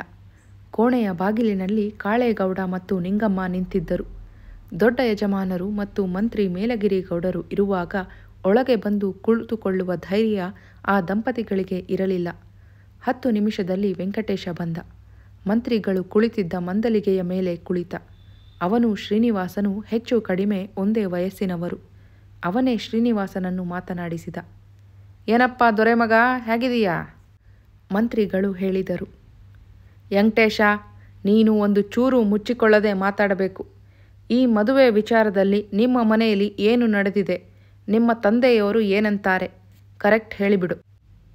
ತಂದೆಯವರೇನು, ಇನ್ನೊಂದು 2 ತಿಂಗಳಲ್ಲಿ ಹರಹರ ಮಹಾದೇವ ಅಂತಾರೆ. ಅವತ್ತು ಬೆಂಗಳೂರಿಂದ ಬಂದಾಗಿನಿಂದ ನೆಟ್ಟಗೆ ತುತ್ತು ಎತ್ತಿಲ್ಲ, ಹೊರಗಡೆಗೆ ಮುಖ ತೋರಿಸಿಲ್ಲ. ಊರಲ್ಲಿ ಅಯ್ಯಂಗಾರರು ಮಾಧ್ವರು ಜೊತೆಯಾಗಿ ನೋಡಿದ್ಯಾ ಸ್ಮಾರ್ತರ ಬ್ಯಾಳೆ ಕಾಳ ಅಂತ ಮಾತಾಡ್ಕತ್ತಿದ್ದಾರೆ. ಮುಂದಿನ ತಿಂಗಳು ನಮ್ಮಮ್ಮನ ತಿಥಿ ಬಂದಾಗ ಸ್ಮಾರ್ತರ ಪೈಕಿ ಯಾರೂ ಬ್ರಾಹ್ಮಣಾರ್ಥಕ್ಕೆ ಬರೋಲ್ಲ ಅಂದರೆ ಏನು ಮಾಡೋದು ಅಂತ ಯೋಚನೆಯಾಗಿದೆ. ಇದುವರೆಗೂ ಸುಮ್ಮನಿದ್ದ ರಂಗಮ್ಮ ಬಾಯಿ ಹಾಕಿದಳು. ಕೇಳ್ತೇನೋ ಮಲ್ಲೇಶ, ವೆಂಕಟರಮಣಯ್ಯರು ಅಂದರೆ ನಮ್ಮ ಮನೆಗೆ ಗುರುಗಳಲ್ವೇನೋ? ಅವರ ಮಗಳನ್ನ ಕೆಡಿಸಿದ್ರೆ ನಿನ್ನ ಹೊಟ್ಟೆಯಾಗ ಮಕ್ಕಳಾಯ್ತದೇನೋ? ವೆಂಕಟೇಶನ ತಂದೆ ವೆಂಕಟರಮಣಯ್ಯನವರು ತಮ್ಮ ಮನೆಗೆ ಗುರುಗಳೆಂಬುದೇನೋ ನಿಜ. ಶ್ರೀನಿವಾಸ ಈ ಊರಿನಲ್ಲಿದ್ದು ಹೈಸ್ಕೂಲು ಓದುವ ತನಕ ಪ್ರತಿ ಶನಿವಾರವೂ ಬೆಳಗ್ಗೆ ಉಪವಾಸವಿದ್ದು ತಮ್ಮ ಮನೆದೇವರಾದ ತಿರುಮಲ ಸ್ವಾಮಿಯ ಮಂದಿರಕ್ಕೆ ಹೋಗುತ್ತಿದ್ದ. ಅವರು ಮಂಗಳಾರತಿ ಮಾಡಿಕೊಟ್ಟ ತೀರ್ಥ ಪ್ರಸಾದಗಳನ್ನು ಭಕ್ತಿಯಿಂದ ಸ್ವೀಕರಿಸುತ್ತಿದ್ದ. ಮಾಳಪಕ್ಷ, ಅಮಾವಾಸ್ಯೆಯ ದಿನ ಪಿತೃಗಳ ಹೆಸರಿನಲ್ಲಿ ನವಗ್ರಹ ದಾನ ಕೊಟ್ಟಾಗ ಅವರೇ ಬರುತ್ತಿದ್ದರು. ಆಗ ಮನೆಯವರೆಲ್ಲ ತನ್ನ ತಂದೆ ಮತ್ತು ಅಜ್ಜ ಸಹ ಅವರಿಗೆ ನಮಸ್ಕಾರ ಮಾಡುತ್ತಿದ್ದರು. ಈಗ 4 ವರ್ಷದಿಂದ ಮಾತ್ರ ಅಜ್ಜನು ಬ್ರಾಹ್ಮಣರಿಗೆ ನಮಸ್ಕಾರ ಮಾಡುವುದನ್ನು ನಿಲ್ಲಿಸಿ ಬರೀ ಕೈ ಮುಗಿಯುತ್ತಾರೆ. ಆದರೆ ನವಗ್ರಹ ದಾನ ಮೊದಲಾದುವನ್ನು ತಪ್ಪದೆ ಕೊಡುತ್ತಾರೆ. ಹಾಗೆ ನೋಡಿದರೆ ಊರಿನಲ್ಲಿರುವವರು ಇವರೊಬ್ಬರೇ ಪುರೋಹಿತರಲ್ಲ. ಸುತ್ತ ಹಳ್ಳಿಗಳಲ್ಲಿ ರೈತರ ಮನೆಯ ಕೆಲಸ ಕಾರ್ಯಗಳನ್ನು ಮಾಡಿಸಲು ಬೇರೆ ಜೋಯಿಸರಿದ್ದಾರೆ. ಅವರು ವೆಂಕಟರಮಣಯ್ಯನವರಷ್ಟು ವಿದ್ಯಾವಂತರಲ್ಲ, ಕುರುಡು ಮಂತ್ರದವರು. ತಾವು ಊರ ಗೌಡರೆಂಬ ಗೌರವದಿಂದ ಮಾತ್ರ ಇವರು ತಮ್ಮ ಮನೆಯ ದಾನ ಧರ್ಮ ಸ್ವೀಕರಿಸಲು ಬರುತ್ತಾರೆ. ದೇವರ ಇನಾಮತಿ ಮಾತ್ರವಲ್ಲದೆ ಸ್ವಂತ ಜಮೀನೂ ಇರುವ ಇವರಿಗೆ ಪೌರೋಹಿತ್ಯ ಮಾಡುವ ಅಗತ್ಯವೇನಿಲ್ಲ. ಶ್ರೀನಿವಾಸನ ಕಡೆಗೆ ನೇರವಾಗಿ ತಿರುಗಿ ವೆಂಕಟೇಶ ಹೇಳಿದ, ನೋಡಪ್ಪ, ನೀವೆಲ್ಲ ಸಿಟೀಲಿ ಓದ್ದೋರಾಗಿರ್ಬೋದು. ಈ ಹಳ್ಳಿ ಜನ ಕಟ್ಕೊಂಡು ನಮಗೇನು, ನಮ್ಮ ಪಾಡಿಗೆ ನಾವು ಅನ್ಬೋದು. ಆದರೆ ನಿಮ್ಮ ತಂದೆ ತಾಯಿ ಬಂಧು ಬಳಗವೆಲ್ಲ ಹಳ್ಳೀಲಿದ್ದಾರೆ. ಇಲ್ಲಿ ಇವರ ಜೀವನ ನರಕ ಮಾಡಿ ಶಾಪ ತಿಂದರೆ ಅಲ್ಲಿ ನಿಮ್ಮ ಜೀವನ ಸುಖವಾಗಿರೋಲ್ಲ. ಆ ಕತ್ತೆ ಲೌಡಿ ತಲೆಗೆ ಹತ್ತಿಸಿದ್ಲು ಅಂತ ತಿಳಿವಳಿಕಸ್ತ ನೀನು ಹೀಗೆ ಹಠ ಮಾಡಿ ಲೈಲಾ ಮಜ್ನು ಕಥೆ ಮಾಡಬಾರದು. ನಿನ್ನ ತಂದೆ ಅಜ್ಜ ಮುತ್ತಜ್ಜರ ಅಂತಸ್ತಿಗೆ ತಕ್ಕ ಕೆಲಸ ಮಾಡಬೇಕು. ವಿನಾಶಕಾಲೇ ವಿಪರೀತ ಬುದ್ಧಿ ಆಗಬಾರದು. ವೆಂಕಟೇಶ ಪರೀಕ್ಷೆಯಲ್ಲಿ ಫೇಲಾದರೂ ಮಾತಿನಲ್ಲಿ ಬುದ್ಧಿವಂತನೆಂದು ಶ್ರೀನಿವಾಸನಿಗೆ ಗೊತ್ತು. ಹೈಸ್ಕೂಲಿನಲ್ಲಿ ತನಗಿಂತ 2 ಕ್ಲಾಸು ಮುಂದೆ ಓದುತ್ತಿದ್ದ. ಇಂಟರ್ಮೀಡಿಯೇಟ್ನಲ್ಲಿ ಅವನು ಯಾಕೆ ಫೇಲಾದನೆಂದು ತನಗೆ ಗೊತ್ತು. ಆದರೆ ಈಗ ಊರಿನಲ್ಲಿ ಒಬ್ಬ ಪ್ರತಿಷ್ಠಿತ ವ್ಯಕ್ತಿಯಾಗಿದ್ದಾನೆ. ಇಡೀ ತಾಲೂಕಿನ ಚುನಾವಣೆಯ ತಂತ್ರ ಕೆಲಸಗಳಲ್ಲಿ ತನ್ನ ತಂದೆಗೆ ಸಹಾಯ ಮಾಡಬಲ್ಲವನಾಗಿದ್ದಾನೆ. ಅವನಿಗೆ ಪ್ರತಿಯಾಗಿ ಉತ್ತರ ಹೇಳಬೇಕು. 4 ಜನ ಮೂಢನಂಬಿಕೆಯವರಿಗೆ ನೋವಾಗುತ್ತೆ ಅಂತ ಹಿಂದಲೇಟ್ ಹಾಕಿದರೆ ರೂಢಿ ಮುರಿಯೋಲ್ಲ. ಇವತ್ತು ನಾವು ಹೆದರಿದರೆ ಅದೇ ಕಾರಣದಿಂದ ಮುಂದೆ ನಮ್ಮ ಮಕ್ಕಳು ಮೊಮ್ಮಕ್ಕಳು ಹೆದರಬಹುದು. ರೂಢಿಯನ್ನು ಮುರಿದ ಯಶಸ್ಸು ನಮ್ಮದೇ ಯಾಕಾಗಬಾರದು ಎನ್ನಬೇಕೆಂಬ ವಿಚಾರ ಮನಸ್ಸಿನಲ್ಲಿ ಬಂತು. ವೆಂಕಟೇಶ ಬುದ್ಧಿವಂತ, ಶಾಸ್ತ್ರ ಸಂಬಂಧ, ಗೀತ, ಉಪನಿಷತ್ತು ಅಂತ ಹೇಳಿಸಿಕೊಂಡಿದ್ದಾನೆ. ಅದರಲ್ಲಿ ಯಾವುದೋ ಒಂದು ಶ್ಲೋಕ ತೆಗೆದು ವಾದ ಮಾಡ್ತಾನೆ. ಸತ್ಯ ಆದರೆ ಇವನಲ್ಲ, ಇವನ ಅಪ್ಪನ ವಾದನಾದರೂ ಕತ್ತರಿಸಿ ಉತ್ತರ ಹೇಳ್ತಿದ್ಲು. ಅವಳ ಕೈಲಿ ಮಾತಾಡೋಕ್ಕೆ ಇವರೆಲ್ಲ ಹೆದರ್ತಾರೆ ಎಂದುಕೊಂಡ. ತಾನು ವಾದಕ್ಕೆ ಇಳಿಯಲಿಲ್ಲ. ಅಷ್ಟರಲ್ಲಿ ಕಾಳೇಗೌಡ ಮತ್ತು ನಿಂಗಮ್ಮರು ಒಳಗೆ ಬಂದರು. ವಾವೆಯಲ್ಲಿ ಅವನಿಗೆ ಅವರು ಚಿಕ್ಕಪ್ಪ ಚಿಕ್ಕಮ್ಮರಾಗುತ್ತಾರೆ. ಚಿಕ್ಕಪ್ಪ ಎಂದ, ಏನ್ಲ ತಮ್ಮಯ್ಯ, ಈಟೊಂದು ಜನ ಹೇಳಿದ್ರು ಹಿಂಗೆ ಮುರ್ತ್ಕಾತೀಯಲ್ಲ, ನಿಂಗೆ ಒಳ್ಳೇದಾಯ್ತದ? ಪಾಳೆಗಾರರ ಮನೆಯಲ್ಲಿ ಮಾಡಬ್ಯಾಡ್ದ ಕೆಲಸ ಆಯಿತು ಅಂತ ಊರೆಲ್ಲ ತಿಕ್ಕ ಬಡ್ಕೊಂಡು ನಗಾಕುಲ್ವಾ?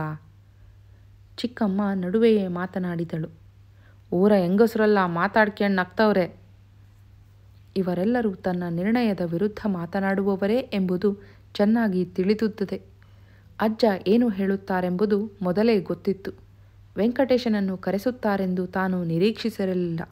ಆದರೆ ಊರಿಗೆ ಬರಲು ತಾನೇಕೆ ಒಪ್ಪಿಕೊಂಡೆ? ಅಪ್ಪ ಬಂದ ತಕ್ಷಣ ಅವನನ್ನು ನೋಡಿಕೊಳ್ಳೋ ತನ್ನ ಜವಾಬ್ದಾರಿ ಕಳೆಯಿತು ಅಂತ ಹೇಳಿ ಯಾಕೆ ಮನೆಯಿಂದ ಹೊರಟು ಹೋಗಲಿಲ್ಲ? ಹೋಗಿ ಸತ್ಯಳನ್ನು ಕಂಡು ಅವಳ ಕೋಣೆಯಲ್ಲೇ ಇದ್ದು ಬಿಡಬೇಕಾಗಿತ್ತು. ರಾಜೇಗೌಡ ಹೇಳಿದ ಹಾಗೆ 4 ಸ್ನೇಹಿತರೆದುರು ಶಾಸ್ತ್ರ ಮಾಡಿ ಪೇಪರಿನಲ್ಲಿ ಹಾಕಿಸಿ ಬಿಡಬೇಕಾಗಿತ್ತು. ಇವರೆಲ್ಲ ಒಟ್ಟು ಸೇರಿ ಬುದ್ಧಿ ಹೇಳುವುದಕ್ಕೆ ನಿಂತಾಗ ಪ್ರತಿ ಹೇಳುವ, ರೇಗುವ ಮನಸ್ಸು ಇಲ್ಲವಾಗುತ್ತಿದೆ. ಎಷ್ಟು ಹೊತ್ತು ಅಂತ ಇವರಿಗೆ ಮಾತನಾಡುವ ಅವಕಾಶ ಕೊಡಬೇಕು? ಆದರೆ ಉತ್ತರ ಹೇಳಲು ಮನಸ್ಸೇ ಬರುತ್ತಿಲ್ಲ. ಉತ್ತರವಿಲ್ಲದೇ ಇಲ್ಲ. ಸತ್ಯಳ ಕೈಲಿ ಚರ್ಚಿಸುತ್ತಿದ್ದಾಗ, ಉಳಿದ ಸ್ನೇಹಿತರೊಡನೆ ಮಾತನಾಡುತ್ತಿದ್ದಾಗ, ಕಾಲೇಜಿನಲ್ಲಿ ಇಂಥ ವಿಷಯದ ಬಗ್ಗೆ ಡಿಬೇಟ್ ಮಾಡುವಾಗ ಎಷ್ಟೊಂದು ವಾದ ಪ್ರತಿವಾದಗಳನ್ನು ಕೇಳಿರಲಿಲ್ಲ, ತಾನೇ ಮಾಡಿರಲಿಲ್ಲ. ಅವುಗಳಲ್ಲಿ 4 ಮಾತನ್ನಾದರೂ ಆಡಬೇಕು ಎನಿಸಿತು. ಆದರೆ ಯಾಕೋ ಮನಸ್ಸು ಬರುತ್ತಿಲ್ಲ. ಇವರೆಲ್ಲ ಹೇಳುತ್ತಿರುವುದು ಮೌಢ್ಯ, ರೂಢಿ ಎಂದು ತನ್ನ ಅಂತರಂಗ ಹೇಳುತ್ತಿದೆ. ಅದರಂತೆ ಮಾತ್ರ ತಾನು ನಡೆಯಬೇಕು ಎಂದುಕೊಂಡ. ಕುಳಿತಲ್ಲಿನಿಂದ ಎದ್ದು ಬೇರೆ ಕೋಣೆಗೆ ಹೊರಟು ಹೋದ. ಊರಿಗೆ ಬಂದಾಗ ಅವನು ಮಲಗುವ ಕೋಣೆ ಅದು. ದೊಡ್ಡ ಯಜಮಾನರ ಕೋಣೆಯಲ್ಲಿ ಉಳಿದ ಇವರು ತಕ್ಷಣ ಏನೂ ಮಾತನಾಡಲಿಲ್ಲ. 5 ನಿಮಿಷದ ನಂತರ ವೆಂಕಟೇಶ ಎಂದ, ಸಿನಿಮಾ ಗಿನಿಮಾ ನೋಡ್ತಾವೆ, ಬೆಳೆಯೋ ವಯಸ್ಸು, ಲೈಲಾ ಮಜ್ನು ಕಥೆಯೇ ತೇಲ್ತಿರುತ್ತೆ, ಹೀಗಾಡ್ತುವೆ, ಗಟ್ಟಿ ಹಿಡಿದ್ರೆ ಸುಮ್ಮನಾಗ್ತವೆ ಬಿಡಿ. ಮಂತ್ರಿಗಳು ತಾವು ಮಲಗುವ ಮಹಡಿಗೆ ವೆಂಕಟೇಶನನ್ನು ಕರೆದುಕೊಂಡು ಹೋದರು. ಬೋರನಿಂಗಪ್ಪನವರ ಚುನಾವಣೆಗೆ ಇನ್ನು 8 ದಿನ ಮಾತ್ರ ಉಳಿದಿತ್ತು. ಶ್ರೀನಿವಾಸ 7 ಗಂಟೆಯ ಹೊತ್ತಿಗೆ ಎದ್ದ. ಮನೆಯ ಹಿಂಭಾಗದ ಹಿತ್ತಲಿನ ಮೂಲೆಯಲ್ಲಿ ತನ್ನ ತಂದೆ ಮತ್ತು 10 ವರ್ಷದಲ್ಲಿ ಕಟ್ಟಿಸಿದ್ದ ಸೆಪ್ಟಿಕ್ ಟ್ಯಾಂಕಿನ ಕಕ್ಕಸಿಗೆ ಹೋಗಿ ಬಂದ. ಅಷ್ಟರಲ್ಲಿ ಅವನ ತಾಯಿ ಹತ್ತಿರ ಬಂದಳು. ಆಗಲೇ ಸ್ನಾನ ಮಾಡಿ ದೊಡ್ಡ ಅಂಚಿನ ಸೀರೆಯುಟ್ಟಿದ್ದ ಅವಳು ಹೇಳಿದಳು, ಗುಡಿಗೆ ಹೋಗಿ ಬರೋಣ, ಬ್ಯಾಗ ಮೈ ತೊಳ್ಕ. ನಾನು ಬರೋಲ್ಲ. ಮನೆ ದೇವರ ಗುಡಿಗೆ ಬರೋಲ್ಲ ಅಂತಾರೇನೋ? ಅದು ಯಾವ ದೇವ್ರದ್ದಾದರೂ ನಾನು ಬರೋಲ್ಲ, ಬೇಕಾದರೆ ನೀನೇ ಹೋಗು. ರಾತ್ರಿ ಗಂಟ ಜಾತಿ ಇಲ್ಲ ಅಂತಿದ್ದೆ, ಈಗ ದೇವರು ಇಲ್ಲ ಅಂತೀಯೇನೋ ಎಂದು ರೇಗಿದ ಅವಳ ಕಣ್ಣಿನಲ್ಲಿ ನೀರು ಬಂತು. ನೀನು ಹುಟ್ಟಿದ್ದೆ ಆ ದೇವರ ಹರಕೆಯಿಂದ, ನಿಂಗೆ ಗೊತ್ತಿಲ್ವಾ? 5 ವರ್ಷ ಮಕ್ಕಳು ದಕ್ಕಲಿಲ್ಲ, ಆಮೇಲೆ ಹೊಟ್ಟೆಯಲ್ಲಿ ನೀನು ಉಳಿತಿರಲಿಲ್ಲ. ಗೋಪುರದ ಕಳಸಕ್ಕೆ ಚಿನ್ನದ ತಗಡು ಹೊಡೆಸ್ತೀವಿ ಅಂತ ಹರಕೆ ಮಾಡ್ಕೊಳ್ಳತ್ಲೂ ನೀನು ಹುಟ್ಟಿದೆ. ಈಗ ಆ ದೇವರೇ ಇಲ್ಲ ಅಂತೀಯ, ನಾಳಿಕೆ ನಿನ್ನ ಹುಟ್ಟಿಸಿದ ಅಪ್ಪನ್ನೇ ಇಲ್ಲ ಅಂತೀಯ. ಈ ಮಾತುಗಳಿಂದ, ಇಂತಹ ವಾದಗಳಿಂದ ಅವನ ಮನಸ್ಸಿಗೆ ಇರುಸು ಮುರುಸು ಆಗುತ್ತಿತ್ತು. ನೀವು ಬೆಂಗಳೂರಿಗೆ ಯಾವಾಗ ಹೋಗ್ತೀರಾ ಎಂದು ಅವನು ಕೇಳಿದ. ನಿಮ್ಮ ಅಪ್ಪಾಜಿನ ಕೇಳು. ನೀವು ಬೇಕಾದಾಗ ಬನ್ನಿ, ನಾನು 9 ಗಂಟೆ ಮೋಟಾರಿಗೆ ಹೋಗ್ತೀನಿ. ಅವ್ವ ಹೋಗಿ ಯಜಮಾನರನ್ನು ಕೇಳಿ ಬಂದು ಹೇಳಿದಳು. ಅವರು ಇಲ್ಲೇ ಹಳ್ಳಿ ಕಡೆಗೆ ಹೋಗಿ ಬರ್ತಾರಂತೆ. ಒಟ್ಟೊತ್ತಿಗೆ ನಾವು ಗುಡಿಗೆ ಹೋಗಿ ಬರೋಣ, ಜೊತೆಲೇ ಹೋಗೋಣ. ನೀನೊಬ್ಬನೇ ಹೋಗಿ ಏನು ಮಾಡ್ತೀಯಾ? ಅವನು ಮನಸ್ಸಿಲ್ಲದ ಮನಸ್ಸಿನಿಂದ ಒಪ್ಪಿಕೊಂಡ. ಸ್ನಾನ ಮಾಡಿ ಪಂಚೆ ಉಟ್ಟು ಮೇಲೆ ಶರ್ಟು ಹಾಕಿಕೊಂಡ. ಅವನ ತಾಯಿ ಬಾಳೆಹಣ್ಣು, ತೆಂಗಿನಕಾಯಿ, ಹೂವು, ಅರಿಶಿನ, ಕುಂಕುಮ, ಊದುಕಟ್ಟಿ, ವೀಳ್ಯದೆಲೆ, ಅಡಿಕೆಗಳನ್ನು ಇಟ್ಟ ಒಂದು ದೊಡ್ಡ ಬೆಳ್ಳಿಯ ತಟ್ಟೆಯನ್ನು ಹಿಡಿದುಕೊಂಡಳು. ಅವನು ಅವಳ ಹಿಂದೆ ನಡೆದ. ಬೀದಿಯಲ್ಲಿ ಹೋಗುವಾಗ ದೊಡ್ಡ ಹೆಂಗಸರು, ಗಂಡಸರು ಇವರನ್ನೇ ನೋಡುತ್ತಿದ್ದರು. ಅಯ್ಯಂಗಾರರ ಕೇರಿಯಲ್ಲಿ ಹೋಗುವಾಗ ಒಬ್ಬ ಮುದುಕಿ ತಮಿಳಿನಲ್ಲಿ, ದೇವಸ್ಥಾನಕ್ಕೆ ಹೋಗ್ತಿದ್ದಾರೆ ಅಂತ ಕಾಣುತ್ತೆ, ಶೂದ್ರರ ಜೊತೆ ಸಂಬಂಧ ಮಾಡಿದ ಮೇಲೆ ವಿಷ್ಣುದೇವರ ಪೂಜೆ ಮಾಡೋ ಅಧಿಕಾರ ಆ ಸ್ಮಾರ್ತನಿಗೆ ಹೇಗೆ ಉಳಿಯುತ್ತೆ? ಅವನೇ ದಿವಾನ ಅಂತ ಆಡಿದ ಹಾಗೆ ಆಡಿದರೆ ಆಗುತ್ತೆಯೇ? ಮಹಾರಾಜರ ಹತ್ರಕ್ಕೆ ಹೋಗಿ ಅಹವಾಲು ಮಾಡಬೇಕು ಎಂದು ಇನ್ನೊಬ್ಬ ಮುದುಕಿಗೆ ಹೇಳಿದುದು ಅವನಿಗೆ ಸ್ಪಷ್ಟವಾಗಿ ತಿಳಿಯಿತು. ಕೋಟೆಯ ಉತ್ತರ ಭಾಗದ ಕಂಡಿಯಲ್ಲಿ ಹಾಯ್ದು ಮುಂದೆ ಸಿಕ್ಕುವ ಮೋಟಾರು ರಸ್ತೆಯನ್ನು ದಾಟಿ ತೂಬಿನ ಕಾಲುವೆಯ ಮೇಲೆ, ಸೇತುವೆಯ ಮೇಲೆ ನಡೆದು ಅವರು ದೇವಸ್ಥಾನಕ್ಕೆ ಬರುವ ವೇಳೆಗೆ ಎಳೆಬಿಸಿಲು ಕಾವಾಗುತ್ತಿತ್ತು. ನೋಡು, ನೀನು ಹುಟ್ಟಿದಾಗ ಚಿನ್ನದ ತಗಡು ಹೊಡೆಸಿದ ಕಳಸ ಹ್ಯಾಂಗ್ ಹೊಳಿತದೆ ಎಂದು ರಂಗಮ್ಮ ಮಗನಿಗೆ ತೋರಿಸಿದಳು. ಅದು ಅವನು ನೋಡದ ಗುಡಿಯಲ್ಲ, ಕಾಣದ ಕಳಸವಲ್ಲ.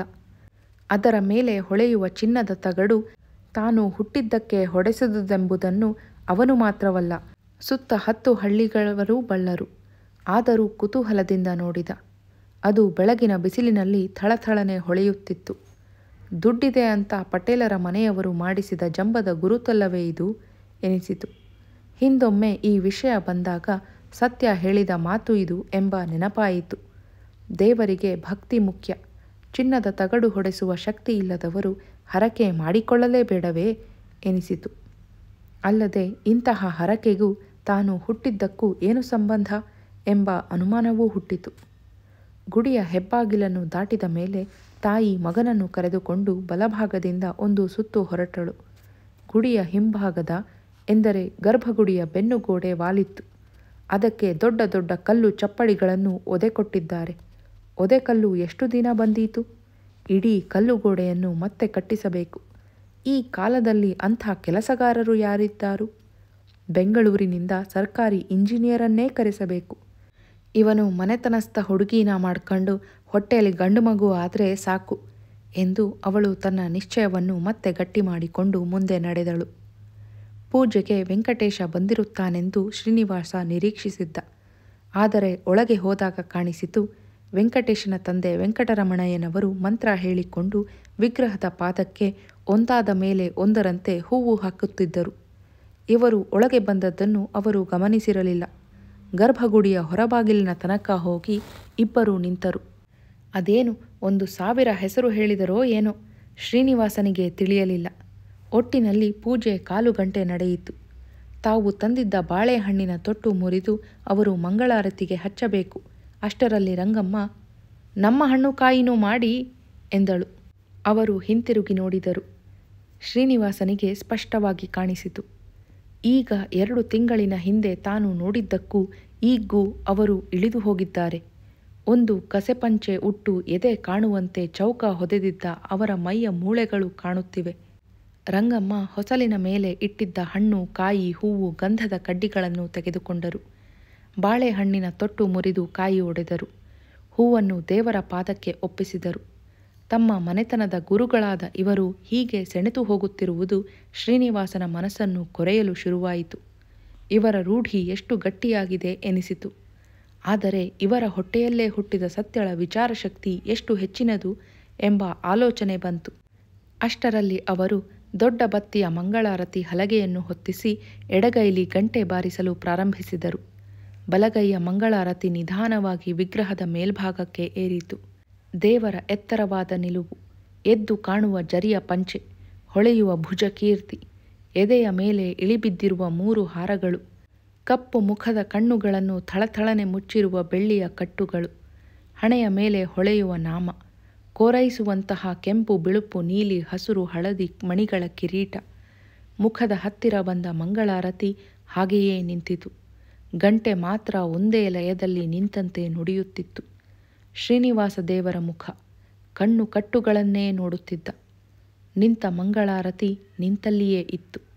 1 ನಿಮಿಷ, 2 ನಿಮಿಷ. ಅವನಿಗೆ ಸಣ್ಣಗೆ ಮೈ ಬೆವೆತಂತಾಯಿತು. ಸ್ವಲ್ಪ ತಲೆ ಸುತ್ತಿದಂತೆ ಆಗಿ ತಾನು ಕೆಳಗೆ ಬೀಳುವ ಭಯವಾಯಿತು. ಹಾಗೆಯೇ ಬಾಗಿಲು ವಾಡವನ್ನು ಒರಗಿಕೊಂಡ. ಮತ್ತೆ ತಲೆ ಎತ್ತಿ ವಿಗ್ರಹವನ್ನು ನೋಡಲಾಗಲಿಲ್ಲ. ದೃಷ್ಟಿಯನ್ನು ಕೆಳಗು ಮಾಡಿದ. ತಲೆ ಸುತ್ತುವುದು ಕಡಿಮೆಯಾಯಿತಾದರೂ ತಾನು ಕೆಳಗೆ ಬಿದ್ದೇನೆಂಬ ಭಯದಿಂದ ಮತ್ತೆ ಕತ್ತೆತ್ತಿ ನೋಡಲಿಲ್ಲ. ಮಂಗಳಾರತಿ ಇನ್ನೂ ಸ್ವಲ್ಪ ಹೊತ್ತು ನಡೆಯಿತು. ಆಮೇಲೆ ಅದೇ ಹಲಗೆಯನ್ನು ಹಿಡಿದು ಅವರು ಗಡಿಬಿಡಿಯಲ್ಲೆಂಬಂತೆ ಹೊರ ಅಂಕಣಕ್ಕೆ ಬಂದು ಉಳಿದ ದೇವದೇವಿಯರಿಗೆ ನಡುಸಾಲೆಯ ಕಂಬಗಳಿಗೆ ಮಾಡಿ ಬಂದು ಮಂಗಳಾರತಿಯನ್ನು ಅವನ ತಾಯಿಗೆ ಕೊಟ್ಟರು. ಭಕ್ತಿಯಿಂದ ಆಕೆ ನಾಲ್ಕಾಣೆಯನ್ನು ಹಾಕಿ ಕೈಯಾಡಿಸಿ ಕಣ್ಣಿಗೆ ಒತ್ತಿಕೊಂಡಳು. ಅವರು ಅವನ ಮುಂದೆ ಮಾತ್ರ ಹಿಡಿಯಲಿಲ್ಲ, ಒಳಗೆ ಹೊರಟು ಹೋದರು. ಅನಂತರ ಬೆಳ್ಳಿಯ ತೀರ್ಥ ಪಾತ್ರೆಯನ್ನು ಹಿಡಿದು ತಂದು ಅವಳಿಗೆ ತೀರ್ಥ ಕೊಟ್ಟರು. ಅವನ ಇರುವನ್ನೇ ಅಲಕ್ಷಿಸಿದವರಂತೆ ಒಳಗೆ ಹೊರಟು ಹೋದರು. ಅವನ ತಾಯಿಯೇ, ಐನೋರೇ, ಅದು ಹುಡುಗು ಬುದ್ಧಿ, ತಪ್ಪು ಯೋಚನೆ ಮಾಡ್ತು, ನೀವು ಕ್ವಾಪ ಮಾಡ್ಕೋಬೇಡಿ, ಅದಕ್ಕೂ ತೀರ್ಥ ಕೊಡಿ ಎಂದಳು. ಅವರು ಮಾತೂ ಆಡಲಿಲ್ಲ, ತೀರ್ಥವನ್ನು ಕೊಡಲಿಲ್ಲ. 1 ನಿಮಿಷ ಕಾದು ಅವಳೇ, ಅದರ ಮಕ ನೋಡಬ್ಯಾಡಿ, ನಾವೆಲ್ಲ ಇರುವಾಗ ಈ ಮದುವೆ ಆಗಕ್ಕೆ ಬಿಡಾಕಿಲ್ಲ, ನೀವು ತೀರ್ಥ ಕೊಡಿ ಎಂದಳು. ಅವರು ಒಳಗಿನಿಂದ ತೀರ್ಥಪಾತ್ರೆ ಹಿಡಿದು ಹತ್ತಿರ ಬಂದರು. ಆದರೆ ಶ್ರೀನಿವಾಸ ಕೈ ನೀಡಲಿಲ್ಲ. ದೇವರ ಮುಂದಲ್ಲ ನಿನ್ನ ಜಂಬ, ಕೈ ನೀಡೋ ಎಂದು ತಾಯಿ ಸಿಟ್ಟಿನಿಂದ ಕಿರುಚಿ ಅವನ ಕೈಗೆ 1 ಪಾವಲಿಯ ನಾಣ್ಯವನ್ನು ತುರುಕಿದರು. ಅವನು ಅದನ್ನು ತಟ್ಟೆಗೆ ಹಾಕಿ ಕೈ ನೀಡಿದ. ದೋಣಿಗೂಡಿಸಿದ ಅಂಗೈಗೆ ಬಿದ್ದ ಹಾಲು ನೀರಿನ ತೀರ್ಥವನ್ನು ಕುಡಿದ.